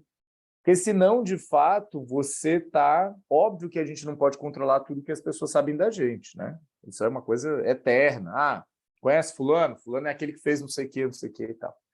Mas eu acho que nessa questão dos mecanismos de busca, deveria sim haver uma avaliação caso a caso de como determinada coisa deve ou não deve permanecer ali. Mas, mais uma vez, apesar de eu ter incluído isso, eu não sou um especialista nesse debate. Então, sugiro, né, procurar as pessoas que avaliaram isso mais a fundo. Ok. Obrigada, Jonas. Eu que agradeço. Obrigado, Anne e Jonas. Bom, o resto pessoal também podem levantar suas mãozinhas. Eu vou aproveitar para fazer primeiro uma observação sobre essa parte da discussão com os filósofos da tecnologia, né? Eu percebi nesse capítulo realmente uma forte influência marxista na sua investigação, né? Você usa uma base teórica, assim, vários termos que são muito próprios dessa tradição, pensar a noção da totalidade, a própria noção de capitalismo, a ideia de autonomia relativa, a dialética, enfim, você usa vários temas, né? Pensa a partir do marxismo, e agora te ouvindo, você coloca isso claramente, né? Diz que é menos Marcuse, né? Talvez você tenha parece que uma reserva com a ideia dele de racionalidade tecnológica, e talvez com os frankfurtianos todos, né? De alguma maneira que seguiram por essa linha. E curiosamente você gosta muito do Finber, que eu também gosto muito, e acho a ideia de uma racionalidade, de uma cidadania técnico-científica, etc., uma proposta fundamental assim para a gente pensar várias coisas hoje, né? E a sua crítica ao instrumentalismo é uma crítica que a filosofia da tecnologia, vários, né, já fizeram, mas eu acho fundamental porque há ainda hoje muita incompreensão em relação a como se dá essa relação entre tecnologia e sociedade, essa ideia de que tecnologia é neutra, né, de que, afinal de contas, depende simplesmente do uso, como se não existisse, né, um design, como se não existisse algo no nível do próprio conteúdo dessa tecnologia que, no mínimo, direciona, né, ou fomenta certas práticas ou comportamentos sociais, né? E sobre isso eu queria até fazer uma questão, né, voltar para um ponto que tem a ver com isso, né? Não é exatamente isso, mas é um desdobramento, vamos dizer assim, dessa visão ainda instrumentalista da tecnologia, que é aquela coisa das plataformas o tempo inteiro se colocarem como meras intermediárias ou facilitadoras, né, das relações que se estabelecem entre indivíduos, como se ela estivesse simplesmente colocando pessoas em contato, né, fosse uma espécie de telefone, não é? Mas o que é feito, o que acontece, toda a dinâmica, tudo isso é uma questão das relações entre os indivíduos e nós só estamos aqui colocando vocês em contato, não é? É claro que essa estratégia das plataformas é uma maneira delas se desresponsabilizarem a todo momento, né, por assumir o que quer que seja, né, que decorra daquelas relações, daquelas interações, os prejuízos, os danos, as violações que podem ser várias produzidas ali, o tempo inteiro elas estão tirando o corpo fora delas, né? E acho muito importante o que você faz de apontar para o papel constitutivo que essas plataformas têm no que diz respeito a produzir certas relações sociais, ou seja, não é que as relações existem e eu só estou mediando elas, né, facilitando, não, elas não são neutras no sentido de que elas constituem esses ambientes e elas ditam as regras desse jogo, né, aquilo que é jogado, como vai ser jogado, quais movimentos você pode fazer nesse jogo, né? Tudo isso em grande medida, enfim, determinado, imposto, né, por esse ambiente construído pelas plataformas, né? Bom, dito isso, né, que as plataformas têm esse papel constitutivo, que elas ditam a regra do jogo e tal, você mencionou, e aí que eu queria te ouvir um pouco mais sobre como que a gente pode, então, fazer face a isso, né? Ou seja, como que a gente pode evitar de jogar esse jogo que as plataformas, de alguma maneira, estabelecem. Não é possível, né? Eu concordo com você, a solução não é vou voltar, vou correr para as montanhas, né? Vou viver offline, né? A gente tem que travar essa disputa no próprio território, digamos, informacional. A gente precisa disputar as estruturas, né? E não simplesmente uma estratégia de evasão, né? Nada contra isso, acho até heróico a pessoa que não tem nenhuma rede social, não usa smartphone, mas eu não vejo isso como a melhor estratégia de resistência, não é? E eu queria te ouvir um pouco mais sobre o que você acha, por exemplo, das estratégias das plataformas cooperativas, o cooperativismo nesse âmbito. Se você conhece ou tem acompanhado experiências dentro desse universo, eu vejo vários teóricos, pensadores críticos das plataformas apostar, talvez, suas fichas muito nessa possibilidade do cooperativismo, né? Você apostaria também? Como é que você vê essa via, essa possibilidade? Não, eu acho que, assim, curiosamente ou lamentavelmente, a extrema-direita entendeu muito mais como disputar do que a gente. né? Porque a extrema-direita ela faz tudo. Ela tem a plataforma própria, ela está em todas as plataformas, ela se empodera de perceber como é que funciona. Isso é uma coisa que assim, a gente já discutiu isso lá atrás. Quando eu era do movimento estudantil, a gente falava de leitura crítica dos meios de comunicação, né? A gente precisa ter uma leitura crítica e a gente fica batendo muita cabeça, né? Eu já fiz muito curso, seja para pessoas normais, seja para movimentos sociais e tal. E aí tem muitas verdades também. Você não pode fazer um texto de mais de 3 linhas, né? Porque as plataformas mudam as regras também. Então fica uma bateção de cabeça do nosso lado. Tipo, agora na eleição, os defensores do Lula ficam uma turma falando que não pode falar no Bolsonaro, mas pode falar no Bolsonaro. Então, assim, acho que a gente ainda apanha muito para saber navegar nesses espaços. Eu acho que a gente tem que ter uma atuação crítica dentro desse espaço, né? Então, por exemplo, diminuir os dados que a gente entrega. Então, por mais, você pode fazer isso tanto nas configurações do próprio espaço, quanto utilizando alguns plugins, né? Tem vários plugins que são bloqueadores de anúncios, que é uma coisa que eu acho que todo mundo devia fazer. Então, assim, tem várias práticas do ponto de vista individual que são importantes. Não vão resolver, mas são importantes. Eu acho que tem uma mobilização como coletividade para fazer. Isso acontece muito no campo da desinformação, por exemplo, né? Quando várias entidades da sociedade cobram o YouTube, cobram o Twitter, cobram o Facebook. Agora, nas eleições, teve uma articulação de organizações para falar, porra, vocês não vão fazer nada, né? Por que o Google adota determinadas políticas em outros países que não adota aqui? Então, essas pressões elas acabam tendo alguns resultados, mas muito limitados. Tem a questão da regulação que a gente já debateu, que eu disse. Eu acho que é agenda urgente e vai depender da nossa capacidade de fazer o enfrentamento. Mas você já trouxe a resposta, né? Não dá para a gente ficar só na frente combativa. A gente tem que criar experiências que sejam fundamentais. Só que isso tem limite. E aí eu vou introduzir o que eu estou pesquisando hoje. Eu pesquiso aqui em Oxford hoje, eu participo de um projeto chamado Fair Work. Então, a gente está analisando o trabalho em plataformas digitais.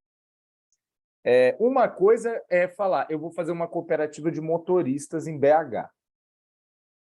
Outra coisa é falar, eu vou fazer uma cooperativa de mensagens aqui em BH. Tudo bem, você não vai conseguir falar com a pessoa que está em São Paulo. Você usar um app só que as pessoas... Então, cada tipo de plataforma tem um modo de operar, seja o seu efeito de rede, seja aquilo que elas chamam de... que alguns autores chamam de... Eu traduzo isso como cercamento, né? Enclosure. Ou seja, elas cercam porque a lógica delas é no ambiente informacional e a informação é reprodutível, eu tenho que criar escassez artificial, etc. E elas operam para fazer isso. O exemplo mais óbvio é você não poder botar um link num post do Instagram, né? Como é que você... não faz o menor sentido, mas faz, do ponto de vista do Instagram, de não querer que você não saia dali do Instagram. Então, eu acho que a gente tem que caminhar muito, por exemplo, e nas plataformas de trabalho, e é isso que eu estou falando, nas plataformas de comunicação, nas redes sociais, você precisa ter concorrentes que sejam muito, muito poderosos. Então, eu acho muito mais eficiente aquela medida que eu mencionei anteriormente da intercomunicação, né? Que não é só interoperabilidade, é intercomunicação, porque daí eu posso ter uma plataforma pequena, mas eu consigo me conectar com as pessoas. Eu acho que isso seria muito mais... Seria uma medida forte para quebrar a lógica monopolista das plataformas. Mas acho que onde for possível, a gente deve construir modelos cooperativos, inclusive plataformas públicas, né? A gente tem que construir plataformas que o Estado tem que ter, né? Ou seja, se a gente reconhece a Constituição brasileira, agora eu vou juntar meus dois temas. A Constituição brasileira fala no artigo 223 que tem que ter complementaridade entre sistemas público, privado e estatal na comunicação. Então tem que ter plataforma pública também, porra, né? Seja... Aí eu vou usar o termo plataforma com um conceito errado, né?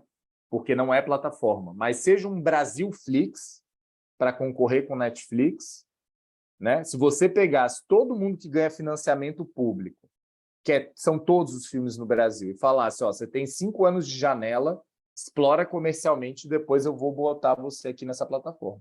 Ou para trazer conteúdo de terceiro, que aí sim é a lógica de plataforma, conectar os vários lados.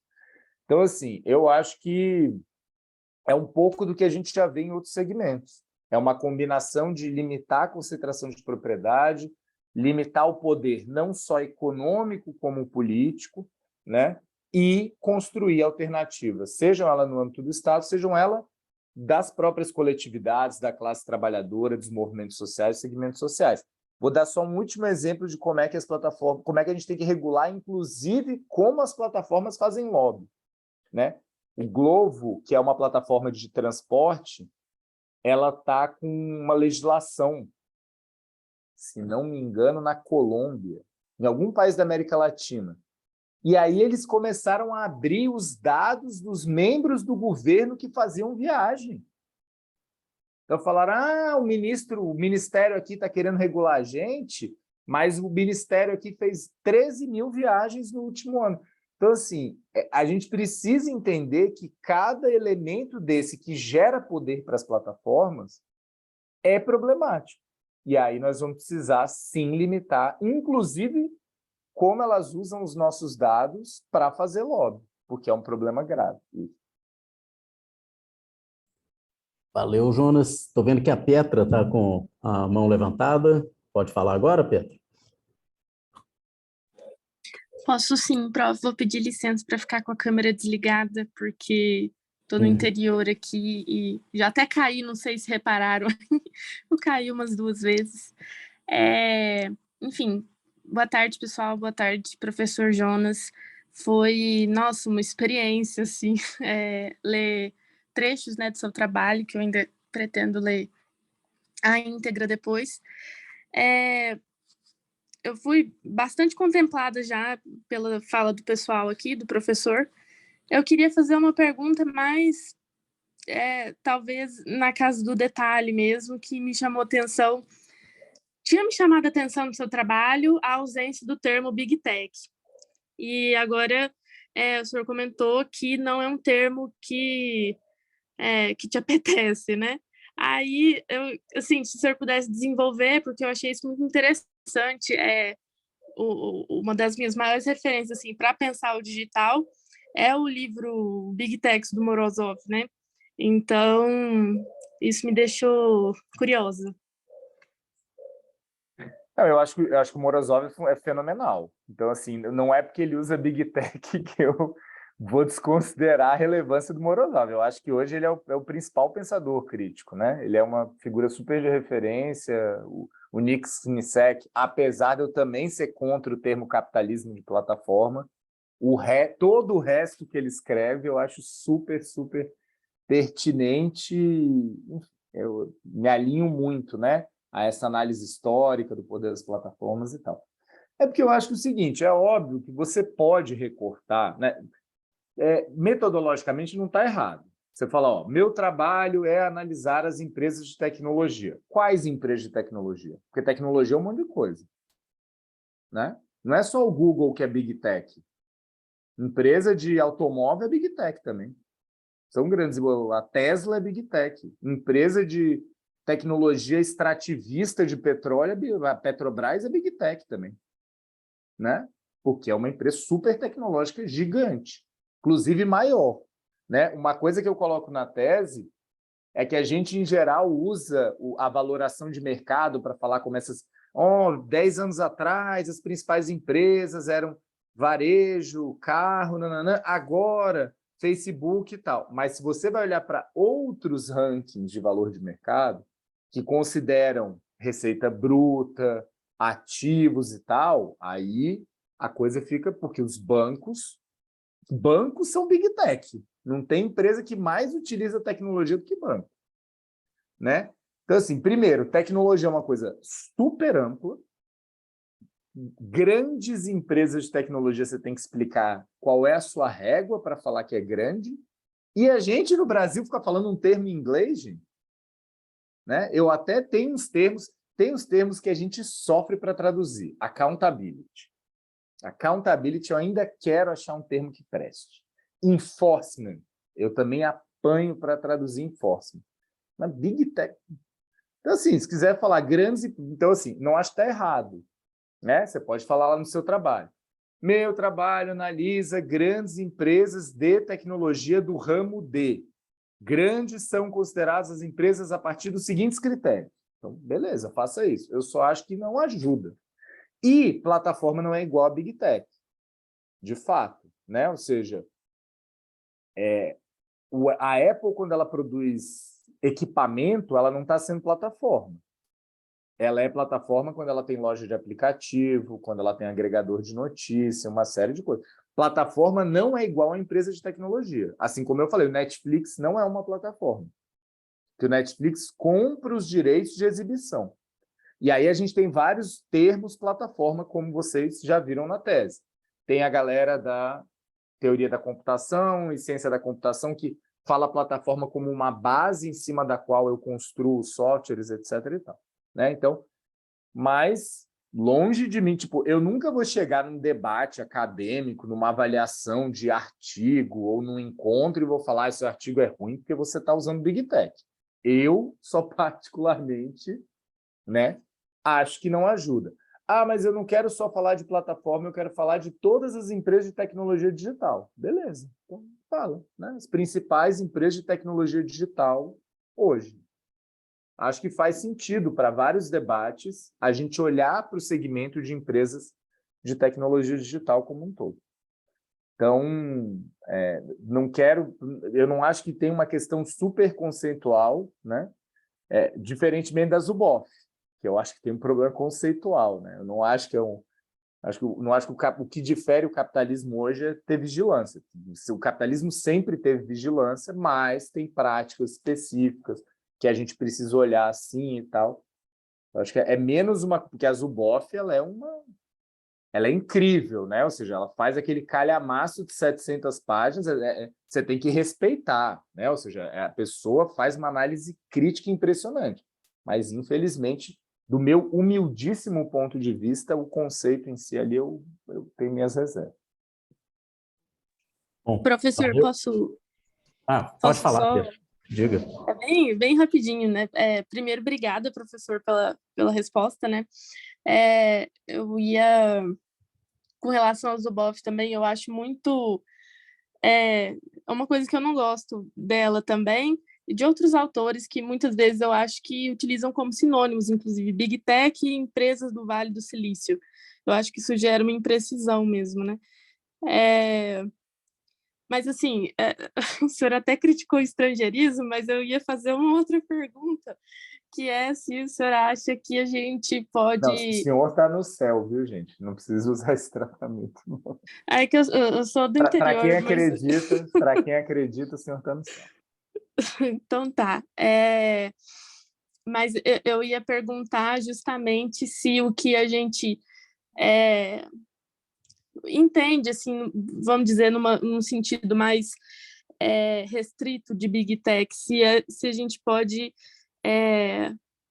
entender esses monopólios digitais, no caso, né, restritos às plataformas que atuam como gatekeepers, sabe, que mediam o acesso ao restante do ecossistema digital, assim, de certa forma. Mas agora eu estou me sentindo meio estúpida por falar esse monte de inglês no meio. Não, mas ó, você lembrou bem, gatekeeper é um outro termo que a gente não... Eu, pelo menos, se alguém tiver, me avisa complicado. aí. Porteiro, a gente fala meio com vergonha, né? Ah, os porteiros da internet. Não tem o sentido exato, né? Mas gatekeeper, enfim, eu tô junto com você, eu acabo usando gatekeeper entre aspas pela falta de um termo melhor. Não, eu acho que eles serem gatekeeper é um elemento, né? Mas não é o único. Eu acho que o que eu tentei trazer é que o controle que eles fazem do ecossistema é um elemento, mas é um conjunto de elementos. Mas certamente o fato deles serem controladores ou porteiros de determinadas áreas é um elemento chave para a construção e reprodução do poder deles, né? Agora, sobre a questão do termo, eu realmente acharia muito melhor falar assim, grandes empresas de internet do que Big Tech. Tá? Grandes empresas de internet. É isso que você está falando. A menos que você esteja avaliando todas as empresas de tecnologia, né? Inclusive aquelas que só fazem equipamento. Aí tudo bem, grandes empresas de tecnologia digital. Mas cada um, né, gente? Pesquisa, a gente escolhe os nossos termos, justifica e vai para as defesas. Bom, valeu, Pietra, pela questão. Quem o pessoal quiser perguntar também, pode ir levantando as mãozinhas aí. Eu vou agora, então, partir para uma conversa agora mais específica sobre esse último texto seu, que a gente leu, que é um artigo também de 2019 sobre a regulação das fake news, né? Eu vi nesse artigo uma espécie de desdobramento, porque você termina a tese destacando a importância de enfrentar essa questão regulatória, e aqui você entra num debate mais específico sobre um desafio de regulação no âmbito da desinformação, do enfrentamento da desinformação. E tem, assim, vários pontos que eu gostaria de... Esse é um tema que eu também... acho que todo mundo se interessou pelo problema das fake news, né, de uma maneira ou de outra. Eu também concordo que o termo fake news é um termo inadequado, né? A gente acaba usando, né? Você mesmo usou no título do seu artigo para criticar o uso do próprio termo, a gente acaba usando de uma maneira... Mas isso são as plataformas. Você sabe que seu artigo vai ser indexado, aí você usa o termo para indexar o artigo. Pois é verdade, é. Mas, enfim, mas eu concordo também que não é a melhor maneira de se referir a esse fenômeno, né? Tem uma questão mais específica, né? Tem um momento que você discute alguns estudos que foram feitos que minimizam um pouco o impacto, talvez, desse fenômeno da desinformação. Né? Isso porque, e aí essa pergunta que eu queria te fazer, me parece óbvio que tem uma desordem informacional, enfim, que isso tem impacto e que isso influenciou eleições pelo mundo afora, a eleição brasileira e tal. Mas, por outro lado, assim, eu também tenho a impressão de que as eleições mais recentes, e inclusive essa desse ano no Brasil, comparada com a de 2018, ou a dos Estados Unidos também comparada com a de 2016, né, etc., que talvez o fenômeno, não que ele deixou de existir, mas ele talvez tenha sido um pouco melhor contornado ou controlado do que foi anteriormente. Não é? Então, em certo sentido, a gente pode até ser um pouco otimista na possibilidade de que uma regulação seja possível, de que a gente vá minimizar um pouco os impactos desse fenômeno.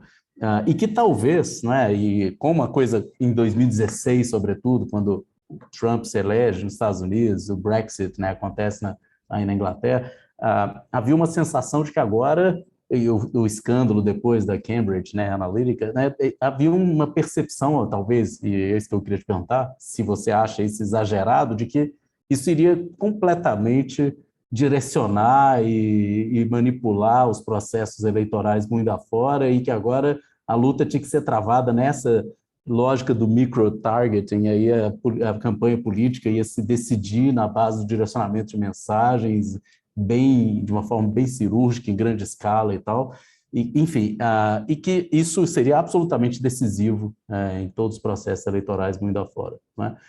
Como é que você avalia isso? Você acha que houve uma supervalorização desses instrumentos, realmente? Né? Ou seja, até que ponto você avalia que essas estratégias orquestradas, né, de disseminação de desinformação, até que ponto isso realmente é um fator decisivo, importante? Qual o peso que isso tem num processo eleitoral? Como é que você avalia isso daí?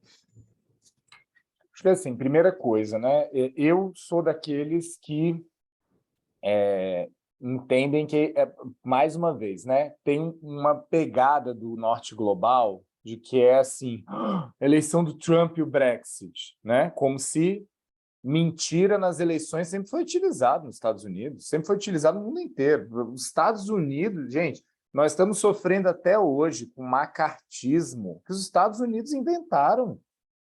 Sim, eu fico impressionado de ouvir alguém dizer que qualquer coisa no Brasil é comunista. Mas a gente ouve isso hoje. Isso é resultado do macartismo, né? Décadas e décadas de paranoia anticomunista que os Estados Unidos inauguraram. Então, assim, vários autores colocam isso. Mentira sempre existiu. E, no nosso caso, América Latina falando, Mentira, inclusive, dos veículos jornalísticos. Não só no Brasil, nos Estados Unidos também. É só olhar o que é a Fox News lá.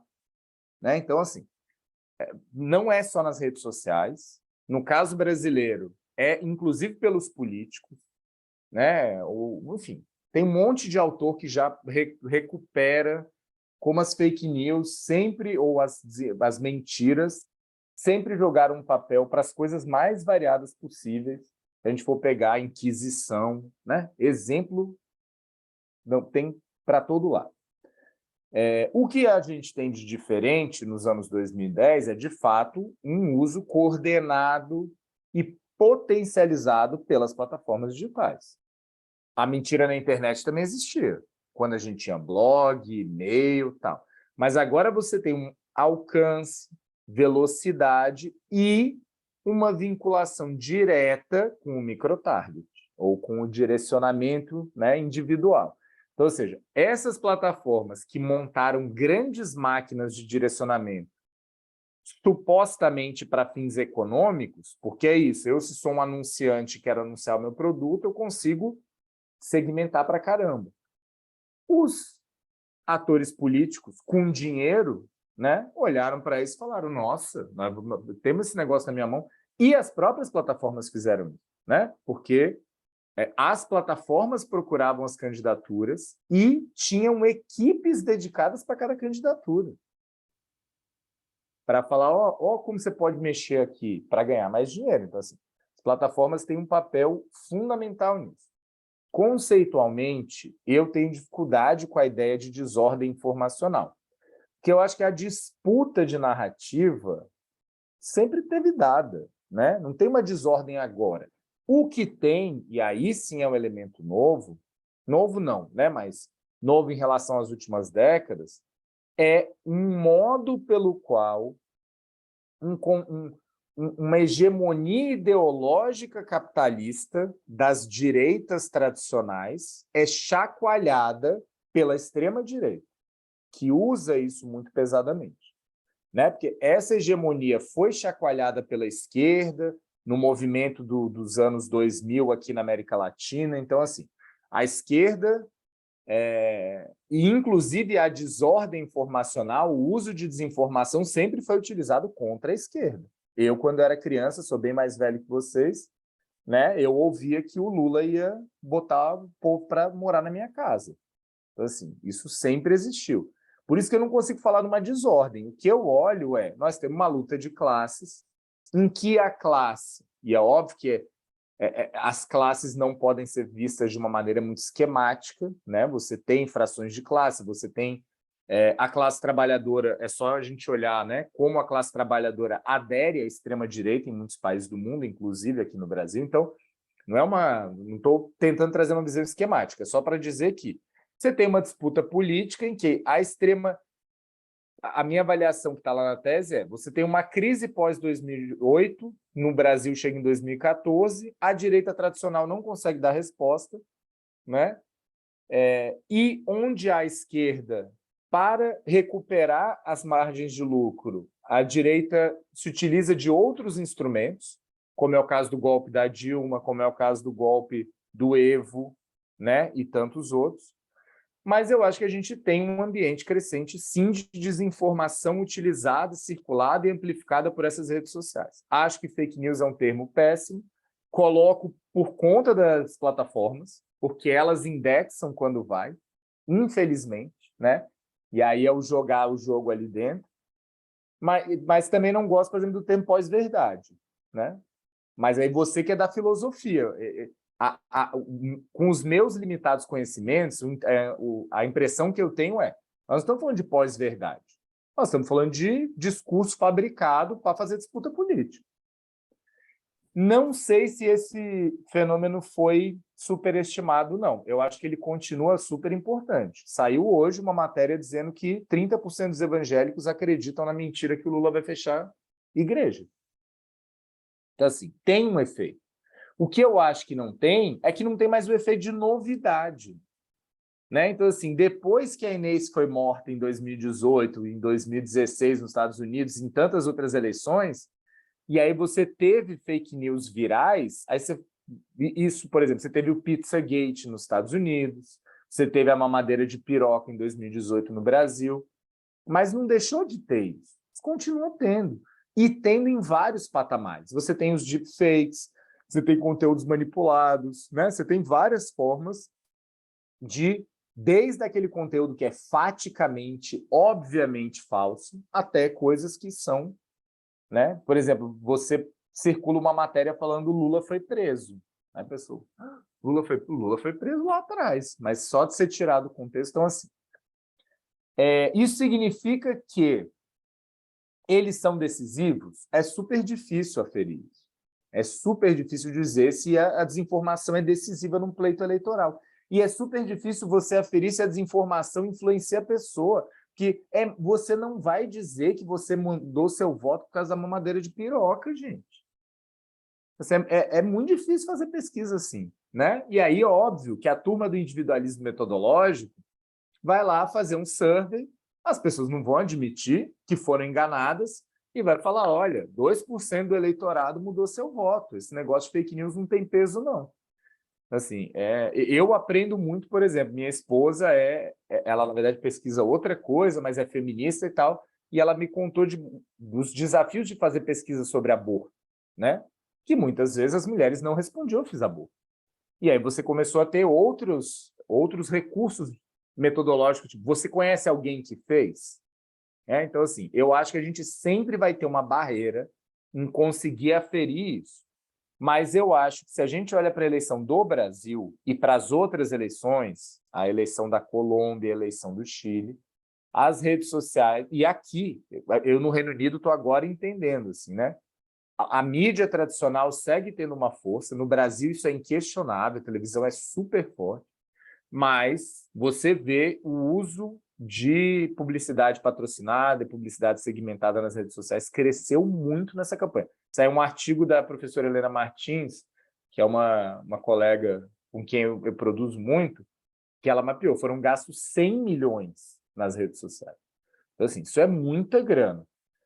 Mas, infelizmente, eu acho que até agora, não sei, Marcos, se você conhece algum autor ou algum grupo de autores que conseguiu chegar num ferramental analítico que consiga efetivamente cravar que a desinformação influenciou. Agora, a gente tem pesquisas diversas que vão falar, olha, isso, 30% dos evangélicos acreditam que o Lula vai fechar, não sei quantos por cento acreditaram na mamadeira de piroca, não sei quantos por cento acreditaram nisso, ou não sei quantos por cento da população acreditam que a Terra é plana. Né? Então, assim, essas pesquisas, elas trazem indícios super fortes do peso dessas coisas.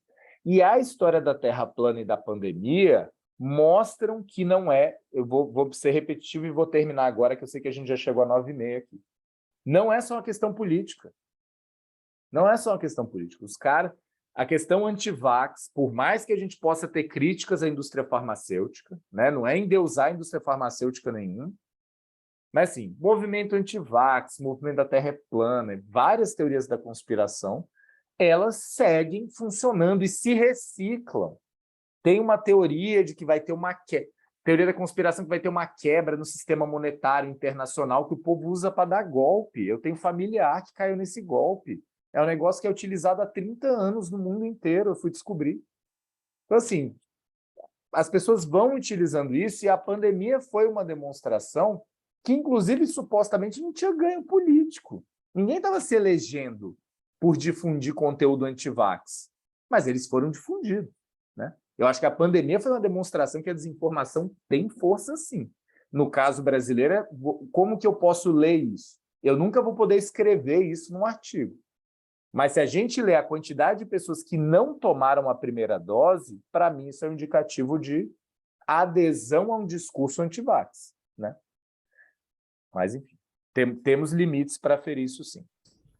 Bom, Jonas, tem uma questão, isso eu acho assim, eu concordo com você, o termo pós-verdade também acho complicado, assim, por vários motivos. E aí, comentando um pouco a sua resposta, quando eu te perguntei sobre a sobrevalorização, não é que eu não acho que tem importância, mas a pergunta é em que nível e de que maneira exatamente a desinformação afeta as pessoas, né? E eu tenho uma desconfiança, né, de que talvez não seja no nível da conformação das crenças, né? Ou seja, não se trata exatamente de um problema de verdade e mentira. E você tem toda a razão de dizer que mentira sempre existiu, né? Eu não acho que exatamente o que as desinformações produzem são crenças falsas nas pessoas, no sentido delas passarem, não que isso não aconteça, mas não acho que esse é o principal problema do fenômeno, né? As pessoas passarem a acreditar, por exemplo, que efetivamente uma madeira de piroca foi distribuída nas escolas no Brasil, ou que efetivamente havia uma conspiração lá do Pizzagate, né, numa pizzaria, no subsolo de uma pizzaria em Washington, etc.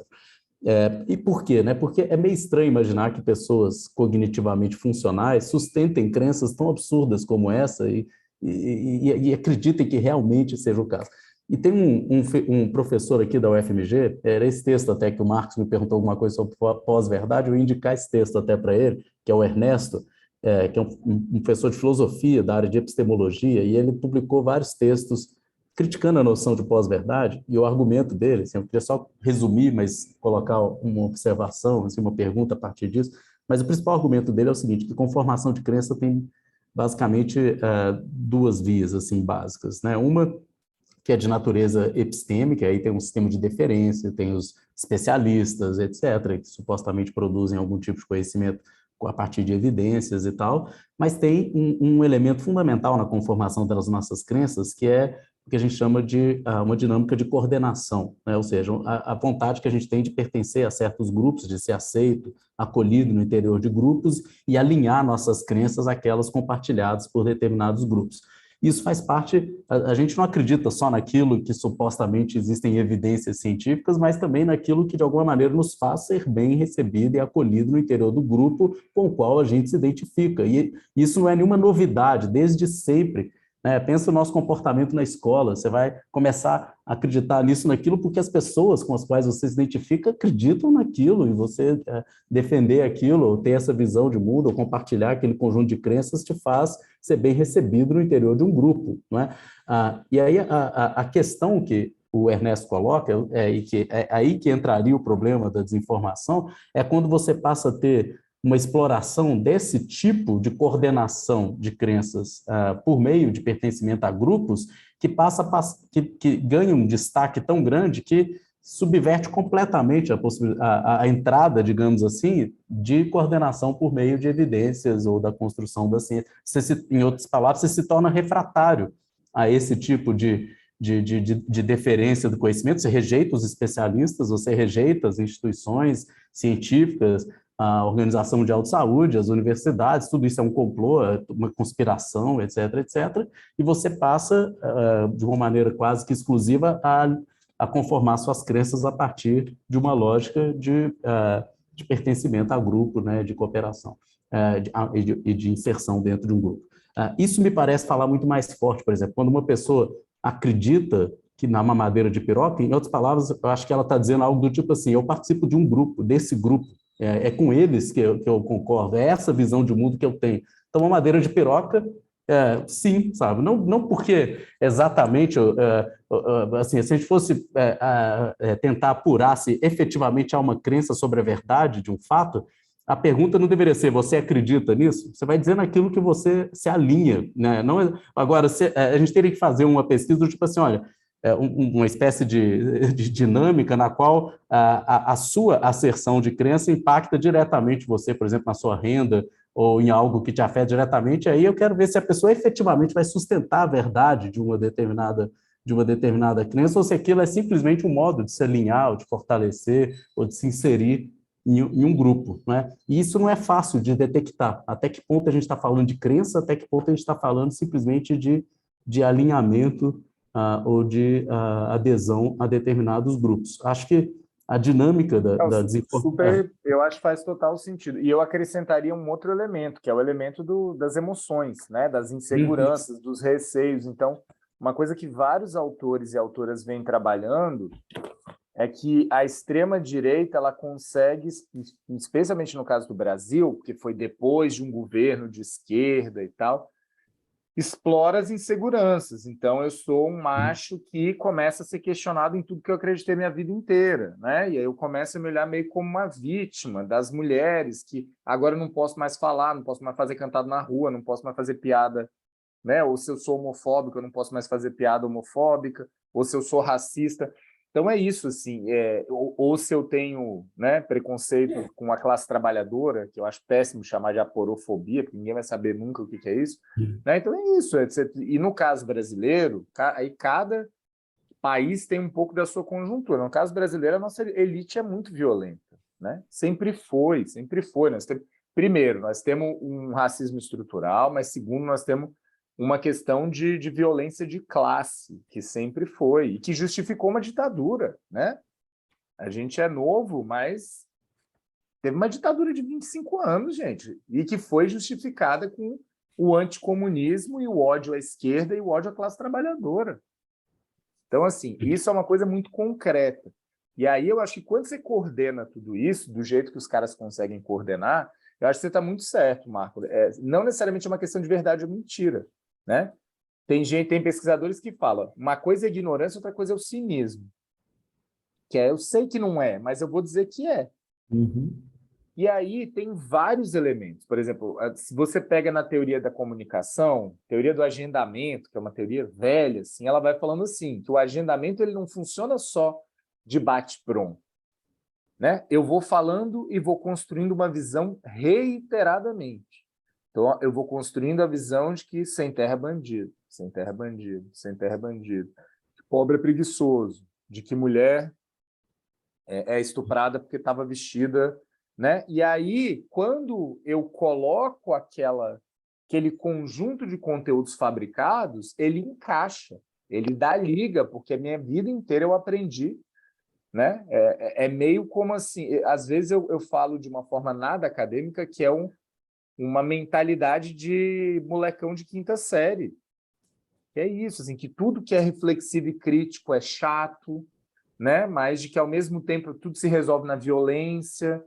Então, isso é uma coisa que foi espraiada. Então, assim, agora, mais uma vez, é um tema que está para ser super estudado, desde o ponto de vista psicológico, né? Eu sou super curioso para ver como é que as pesquisas na psicologia estão conseguindo ler isso, até no debate de regulação, que é o tema do artigo aí, né? Porque a gente, por exemplo, por isso que eu falo quando a turma vem com tem que fazer programa anti-desinformação na escola. Não vai funcionar. Tem que ter? Tem. Sozinho não vai funcionar. Porque é isso, assim, esse sentimento de pertencimento, o ódio que é construído.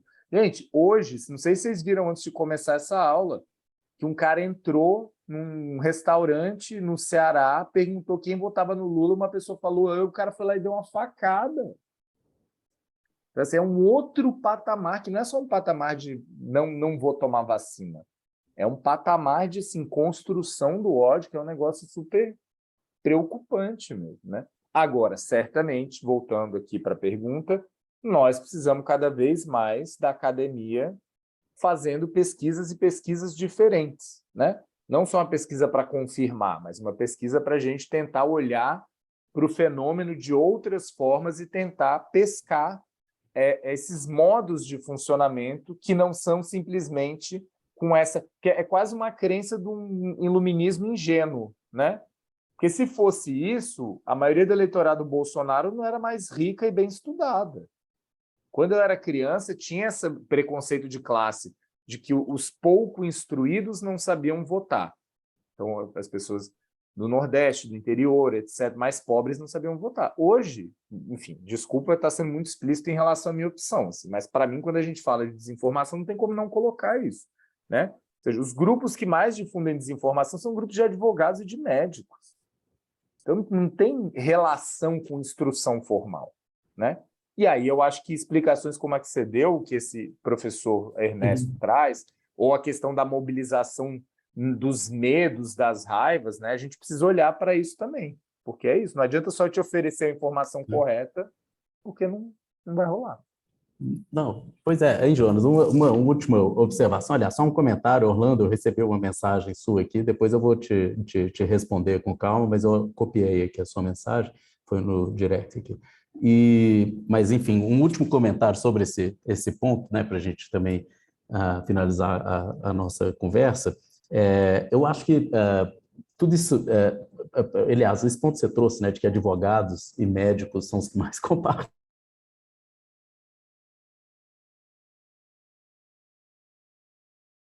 Alô? Né? Esse é em inglês, é mais um. Mas esse sim eu acho um termo mais feliz, o junk news, né? A ideia de junk news. Por que eu gosto do junk news, né? Essas notícias lixo, né? Que você colocou traduzido desse jeito. Porque me parece, e aí entra essa lógica de alinhamento, né? E de coordenação de ação de grupo.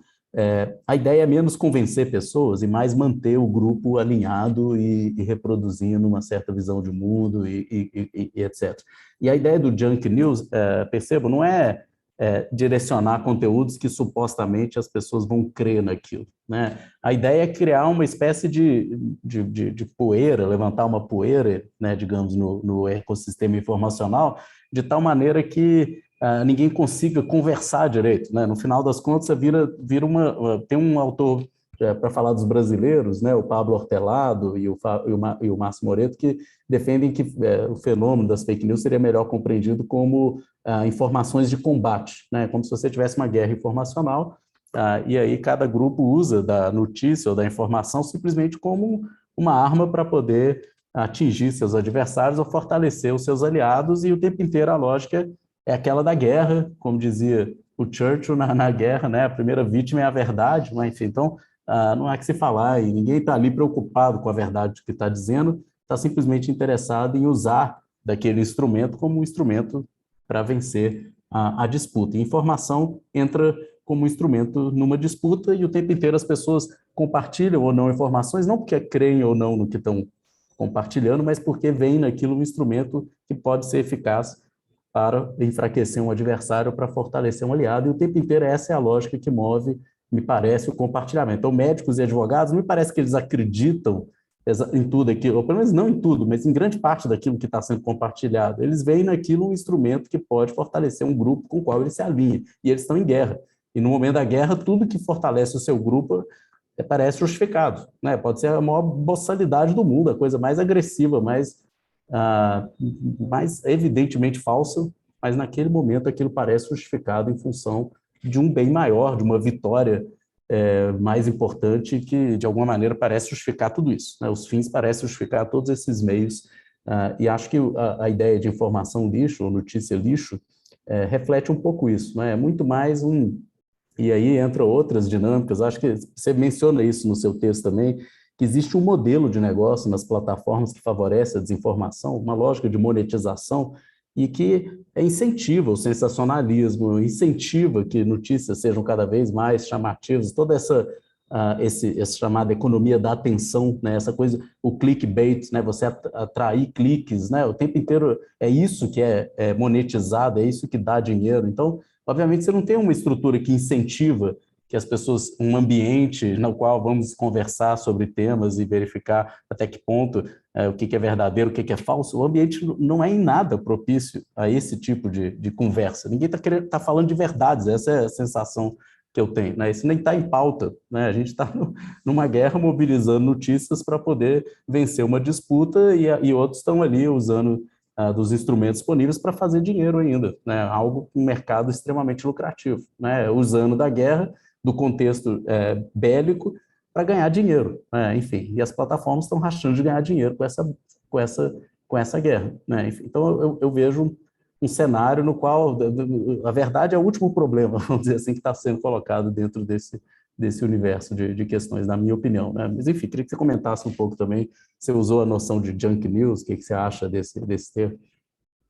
Eu acho que assim, eu usei mais uma pegada de revisão de literatura para mostrar que, e assim, quando eu fiz esse outro trabalho que eu citei aqui, eu fiquei mais impressionado porque na turma que faz o debate regulatório, o termo desinformação já está meio que, né? Por mais que, inclusive, em português, eu ainda acho que ele tem uma questãozinha, porque o desinformado parece a falta de informação, né? Mas do exato. ponto de vista operacional hoje, eu acho desinformação o melhor termo. Embora o melhor termo de todos seja mentira, mas não é só mentira. Aí entra todo o debate dos graus, manipulação, etc. e tal. Mas tem o uso false news, junk news, né? E isso que você traz do Pablo, né? A informação de combate, eu acho que ela é importante, só que a gente tem que diferenciar as coisas, até do ponto de vista, tanto do ponto de vista da análise, você tem que diferenciar, quanto do ponto de vista regulatório. Porque do ponto de vista regulatório, eu não vou regular um conteúdo "eu odeio Lula" da mesma forma que eu vou regular um conteúdo da mamadeira de piroca, né? São coisas diferentes aí, embora o conteúdo manipulado, mesmo que faticamente verdadeiro, também possa causar um estrago. Eu acho que a questão do junk news tem a ver com isso, assim, com essa estratégia. Sei lá, tem uns filmes na Netflix que vale a pena assistir. Tem um que chama Chame Roger Stone, que é um cara assim, velhaco dos republicanos, e a estratégia já estava lá atrás. E é isso, assim, fala polêmica, joga mentira, não tem que explicar nada, joga o caos, né? Desse ponto de vista, embora eu não goste do termo desordem, eu acho que assim, faz algum sentido nessa perspectiva que você traz, né? De que você joga tanta informação que é para desorientar mesmo, né? Você tem que ficar desmentindo e justificando alguma coisa assim. E é um negócio que é isso. Em determinados momentos parece autêntico, que é a lógica molecão da quinta série, mas não é só isso, né? Você tem uma estrutura industrial por trás, você tem empresários bancando isso. Então, eu acho que, assim, do ponto de vista acadêmico, eu ainda acho que desinformação é o melhor termo. Acho que, na literatura em inglês, eles fazem uma diferenciação entre misinformation e disinformation, que em português eu não sei como é que a gente resolve. Eu acho que a gente pode Inclusive, chamar... não só eu acho que não se resolve, como no português eu tenho a impressão de que é o contrário, que o termo desinformação no português está mais próximo do sentido de misinformation no inglês. Exatamente. Eu acho melhor você falar que é intencional e não intencional. Intencional e não intencional, entendeu? Pronto. Então, para mim, não tem muita crise nisso. Acho que a gente usa o termo desinformação, mas também, se for usar mentira, a Ana Regina Rego, né, que é uma professora da UFPI, tem um livro A Construção da Ignorância, mas aí entra esse debate, né, o que é ignorância, o que não é. Então, acho que assim, para quem está pesquisando isso, tem um campo conceitual aí aberto para ler as referências e contribuir, né? Acho que isso é super bacana. Da mesma coisa das plataformas, né? Ou seja, por mais que tenha muita gente pesquisando plataforma, ainda assim acho que tem um campo aberto para se debater isso. E acho que, assim, o fenômeno problemático todo, ele envolve desde os conteúdos faticamente errados até conteúdos com diferentes graus de manipulação. Mas, para o debate regulatório, estou sendo repetitivo só para tentar fechar o meu raciocínio, né? Ou seja, se eu estou escrevendo um artigo sobre regulação de desinformação, aí eu acho que a gente tem que... Não entram todas as formas de manipulação, não entra sátira, não entra erro jornalístico, não pode entrar isso, entendeu? Agora, se eu estou falando do ponto de vista acadêmico, enfim, não sei... Essa informação de combate, eu acho que ela amplia demais. Mas acho que o importante para quem for pesquisar é ser rigoroso com o que está explicando e por que está explicando, por que está usando o termo, como a gente faz na academia, né? E, por exemplo, se eu for pegar um trabalho, se a gente estivesse aqui fazendo um trabalho e qualquer pessoa aqui do grupo, eu prefiro usar notícia falsa, tudo bem, sem problema, sabe? Acho que o que é mais problemático pela carga é o fake news, né? O junk news também pode ser utilizado, mas eu acho que você vai ter que fazer o debate dentro da conceituação de qual é o papel da verdade aí, mesmo sabendo que a verdade, né, tem suas limitações. Obrigado. Enfim, a gente tem uns minutinhos ainda. Vou ter uma última pergunta que eu fiquei curioso. Assim, você falou da PL 2630, e esse é um tema que eu cheguei na época que isso estava, né, em discussão, tinha sido acabado de aprovar no Senado. Agora a coisa meio que morreu, mas na época e parecia que ia ser aprovada a toque de caixa, né, rapidamente naquele momento, em 2020, e eu cheguei a produzir um artigo junto com a Emanuela, que também participa aqui do grupo, e na época, assim, eu via assim, eu concordo com você que talvez fosse melhor aquilo do que nada, mas tinha um ponto especificamente que me gerava muita resistência ao projeto, que era aquela possibilidade do rastreamento de mensageria privada, né, especialmente do WhatsApp, porque eu via naquilo primeiro um problema de implementação muito grande. Eles iam ter que guardar por 6 meses todos os metadados ali referentes àquela circulação de informações no interior da plataforma, que poderia ser requisitado, né, por ordem judicial, mas aí eu fico pensando o tipo de porta, considerando o nosso judiciário extremamente seletivo, né, e a gente conhece, né, a nossa atuação, enfim, judicial brasileira, como funciona, o que foi a Lava Jato, etc. Imagina por meio de ordem judicial você poder recuperar esses rastreamentos para poder, por exemplo, perseguir grupos, movimentos sociais, grupos políticos, etc., saber exatamente como se articulam, de onde vem, para onde vão as informações e tal. Então, eu via naquilo uma brecha para perseguição política e para algo muito perigoso, assim, do ponto de vista de uso, né, de aparelhamento da justiça para perseguição. Então, eu não sei, isso me fazia ter uma reserva grande ao projeto. Não, Se mas você está retirasse aquilo, certíssimo. né? E tirou. Depois tirou. Está certo, isso era um problema, e era muito curioso, porque isso dividia a sociedade civil e bancadas de esquerda, porque para algumas pessoas, quem defendia falava, desinformação é um problema tão grave, mas tão grave, que você precisa ter uma medida para achar o que eles chamavam de destinatário original. Você tem que achar quem organiza o processo. E aí, no sopesamento do direito, como vocês falam aí no direito, a preocupação com a proteção de dados foi para o Quimba, né? Tipo, é o único jeito que dá para fazer. Então, a gente, nossa, foram meses intermináveis de batalha. Só que quando chegou numa das versões na Câmara, o Orlando Silva, que era o relator, tirou.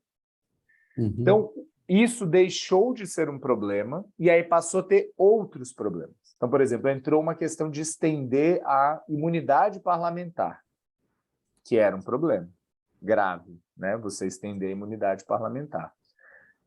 Tinha uma questão que as empresas de comunicação enfiaram lá aos 45 do segundo tempo no Senado e continuou, que era a partilha de recursos de publicidade entre plataformas e empresas jornalísticas, que é um tema importante, mas não do jeito que estava lá, né? Um tema que tem que ter um tratamento específico, completo e tal.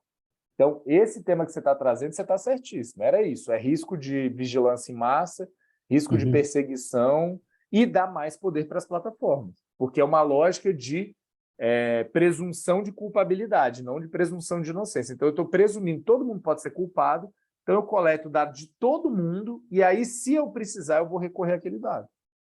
A gente falou, não dá, você tem que inverter. Você tem que trabalhar mais ou menos com a lógica do grampo, né? Se tem indício, eu consigo uma decisão judicial e aí eu passo a monitorar aquele indivíduo, aquele grupo de indivíduos. E até do ponto de vista da aplicabilidade, como você falou, bastava as pessoas botarem uma vírgula na mensagem, que a mensagem já não era a mesma. Então, na prática, não ia dar em nada, né? Então, assim, a gente conseguiu resolver isso, só que aí a coalizão governo Bolsonaro mais plataformas acabou derrubando o projeto. Entendi. Depois eu não continuei acompanhando. Eu sei que foi enterrado, mas eu não conhecia os detalhes de como foi o processo. Mas ótimo te ouvir, assim, esclareceu bastante. Mas, bom, acho que é isso. Não sei se alguém tem mais alguma observação a fazer. A gente atingiu agora também o nosso tempo. Eu queria terminar, então, agradecendo muitíssimo a presença aqui, a vinda do Jonas. Foi excelente, assim, conversar com você, foi muito esclarecedor mesmo, né? Aliás, te lendo e te ouvindo, a gente percebe, assim, uma pessoa, assim, muito articulada na fala, né? Eu sei que você é um ativista que atua, né, com essas questões já há muito tempo, né? Então, você não é simplesmente um pesquisador, no sentido de alguém que estuda a questão, mas é alguém que milita, no bom sentido do termo, né, que está lá lutando, né, por transformações, por melhorias e que atua junto a diferentes movimentos, né? Então, queria te parabenizar mesmo pela postura como pesquisador e como militante, né, como alguém que luta também nessa área. e que espero que esse momento, né, a ideia também de fazer isso, além de propiciar essa conversa, esse debate, é construir redes, laços, e que a gente possa manter contatos para frente e trabalhar junto de outras maneiras, não é? Enfim, de repente, ou novos eventos, ou ações em conjunto, né? Compartilhar informações, textos, o que a gente está produzindo. Eu queria te manter assim como um parceiro, vamos dizer assim, para a gente trabalhar juntos. E estou muito feliz de ter tido essa oportunidade, de você ter vindo aqui conversar com a gente. Não, eu que agradeço, Marco. Assim, de fato, como você lembrou, a gente se conheceu num evento e depois eu acompanhei sua carreira. Fiquei super feliz quando você se tornou professor e vi, né, como é que você está mobilizando esses temas. Eu acho super bacana. Eu quero aprender com vocês também, porque acabei falando pouco do projeto aqui, mas é um projeto em que a gente analisa plataformas de trabalho. E um dos temas-chave, tanto da análise quanto do debate regulatório, é o que a gente chama aqui de gestão algorítmica, né? Algorithm Management. Então, a gente também precisa beber de quem está se especializando em pesquisa sobre algoritmo, que não é só algoritmo, mas é principalmente os algoritmos, tanto do ponto de vista de quais são os problemas. Então, assim, então vou te mandar um e-mail depois, Marco, para você também indicar seus escritos do grupo, literaturas que você está achando que vale a pena, quanto da questão das soluções, né? É transparência, mas não é só transparência, é explicabilidade, é auditabilidade. Porque eu, assim como eu falei que eu acho que a questão do microtargeting é nuclear, eu acho que a questão dos sistemas automatizados é nuclear, né? Para mim, se não for tudo aberto, é que nem energia nuclear. É um negócio tão perigoso que você fala assim, não pode ter segredo industrial que proteja um algoritmo ou um sistema de IA. Ou tem que ter alguém com autoridade pública para fazer uma auditoria lá dentro. Tudo bem, não é todo mundo que vai olhar, mas tem que ter alguém que vai olhar lá dentro se o negócio está funcionando ou não, inspecionar. Então, assim, vamos continuar essa troca. E, óbvio, se qualquer pessoa do grupo quiser entrar em contato, eu posso demorar para responder, porque tem dias e semanas que estão mais corridas que as outras, mas a minha disposição é de conversar e, numa boa, pode mandar mensagem no WhatsApp, assim, ou e-mail, e a gente troca. Então, assim, se alguém... enfim, vi que você usou tal autor, quem que você indica do tal autor de ler? Tipo, você não vai ler tudo do Finberg. O que eu tenho que ler do Finberg, ou coisa do gênero? Se eu conseguir, eu super estou à disposição para responder e para a gente trocar ideias. Valeu, Jonas. Ó, pessoal aí, usem e abusem do Jonas. Usem e abusem, exatamente. Hein, Jonas, sobre essa questão da sua pesquisa atual, assim que você tiver alguma coisa já publicada, escrita, uma apresentação que você for fazer, você me avisa também, que eu divulgo no grupo. Eu sei que tem gente interessada, muita gente interessada nessas questões. Eu estou oferecendo esse semestre uma disciplina pós-graduação, a Jéssica está fazendo a disciplina, inclusive. Tem várias pessoas da área do direito do trabalho interessado nesse processo aí da plataformização do trabalho e tal. Talvez, eu acho que a maior parte do pessoal do programa do Apoio, umas 5 pessoas que estão nessa área do trabalho, interessados na uberização e outros processos. Então, acho que essas pessoas certamente têm interesse nisso que você está pesquisando agora, né? E enfim, todo mundo que está preocupado com a questão das plataformas tem interesse, mas tem um grupo realmente que tem um interesse específico sobre isso, né? Assim que tiver mais coisa e tal, a gente vai mantendo contato, você me passa, tá bom? E é isso, né, gente? Enfim, valeu, gente. Um abração para todo mundo, prazer, né? E, enfim, continuemos os papos. Que seja o primeiro encontro de muitos. Vou finalizar a gravação, então, e agradecer a presença.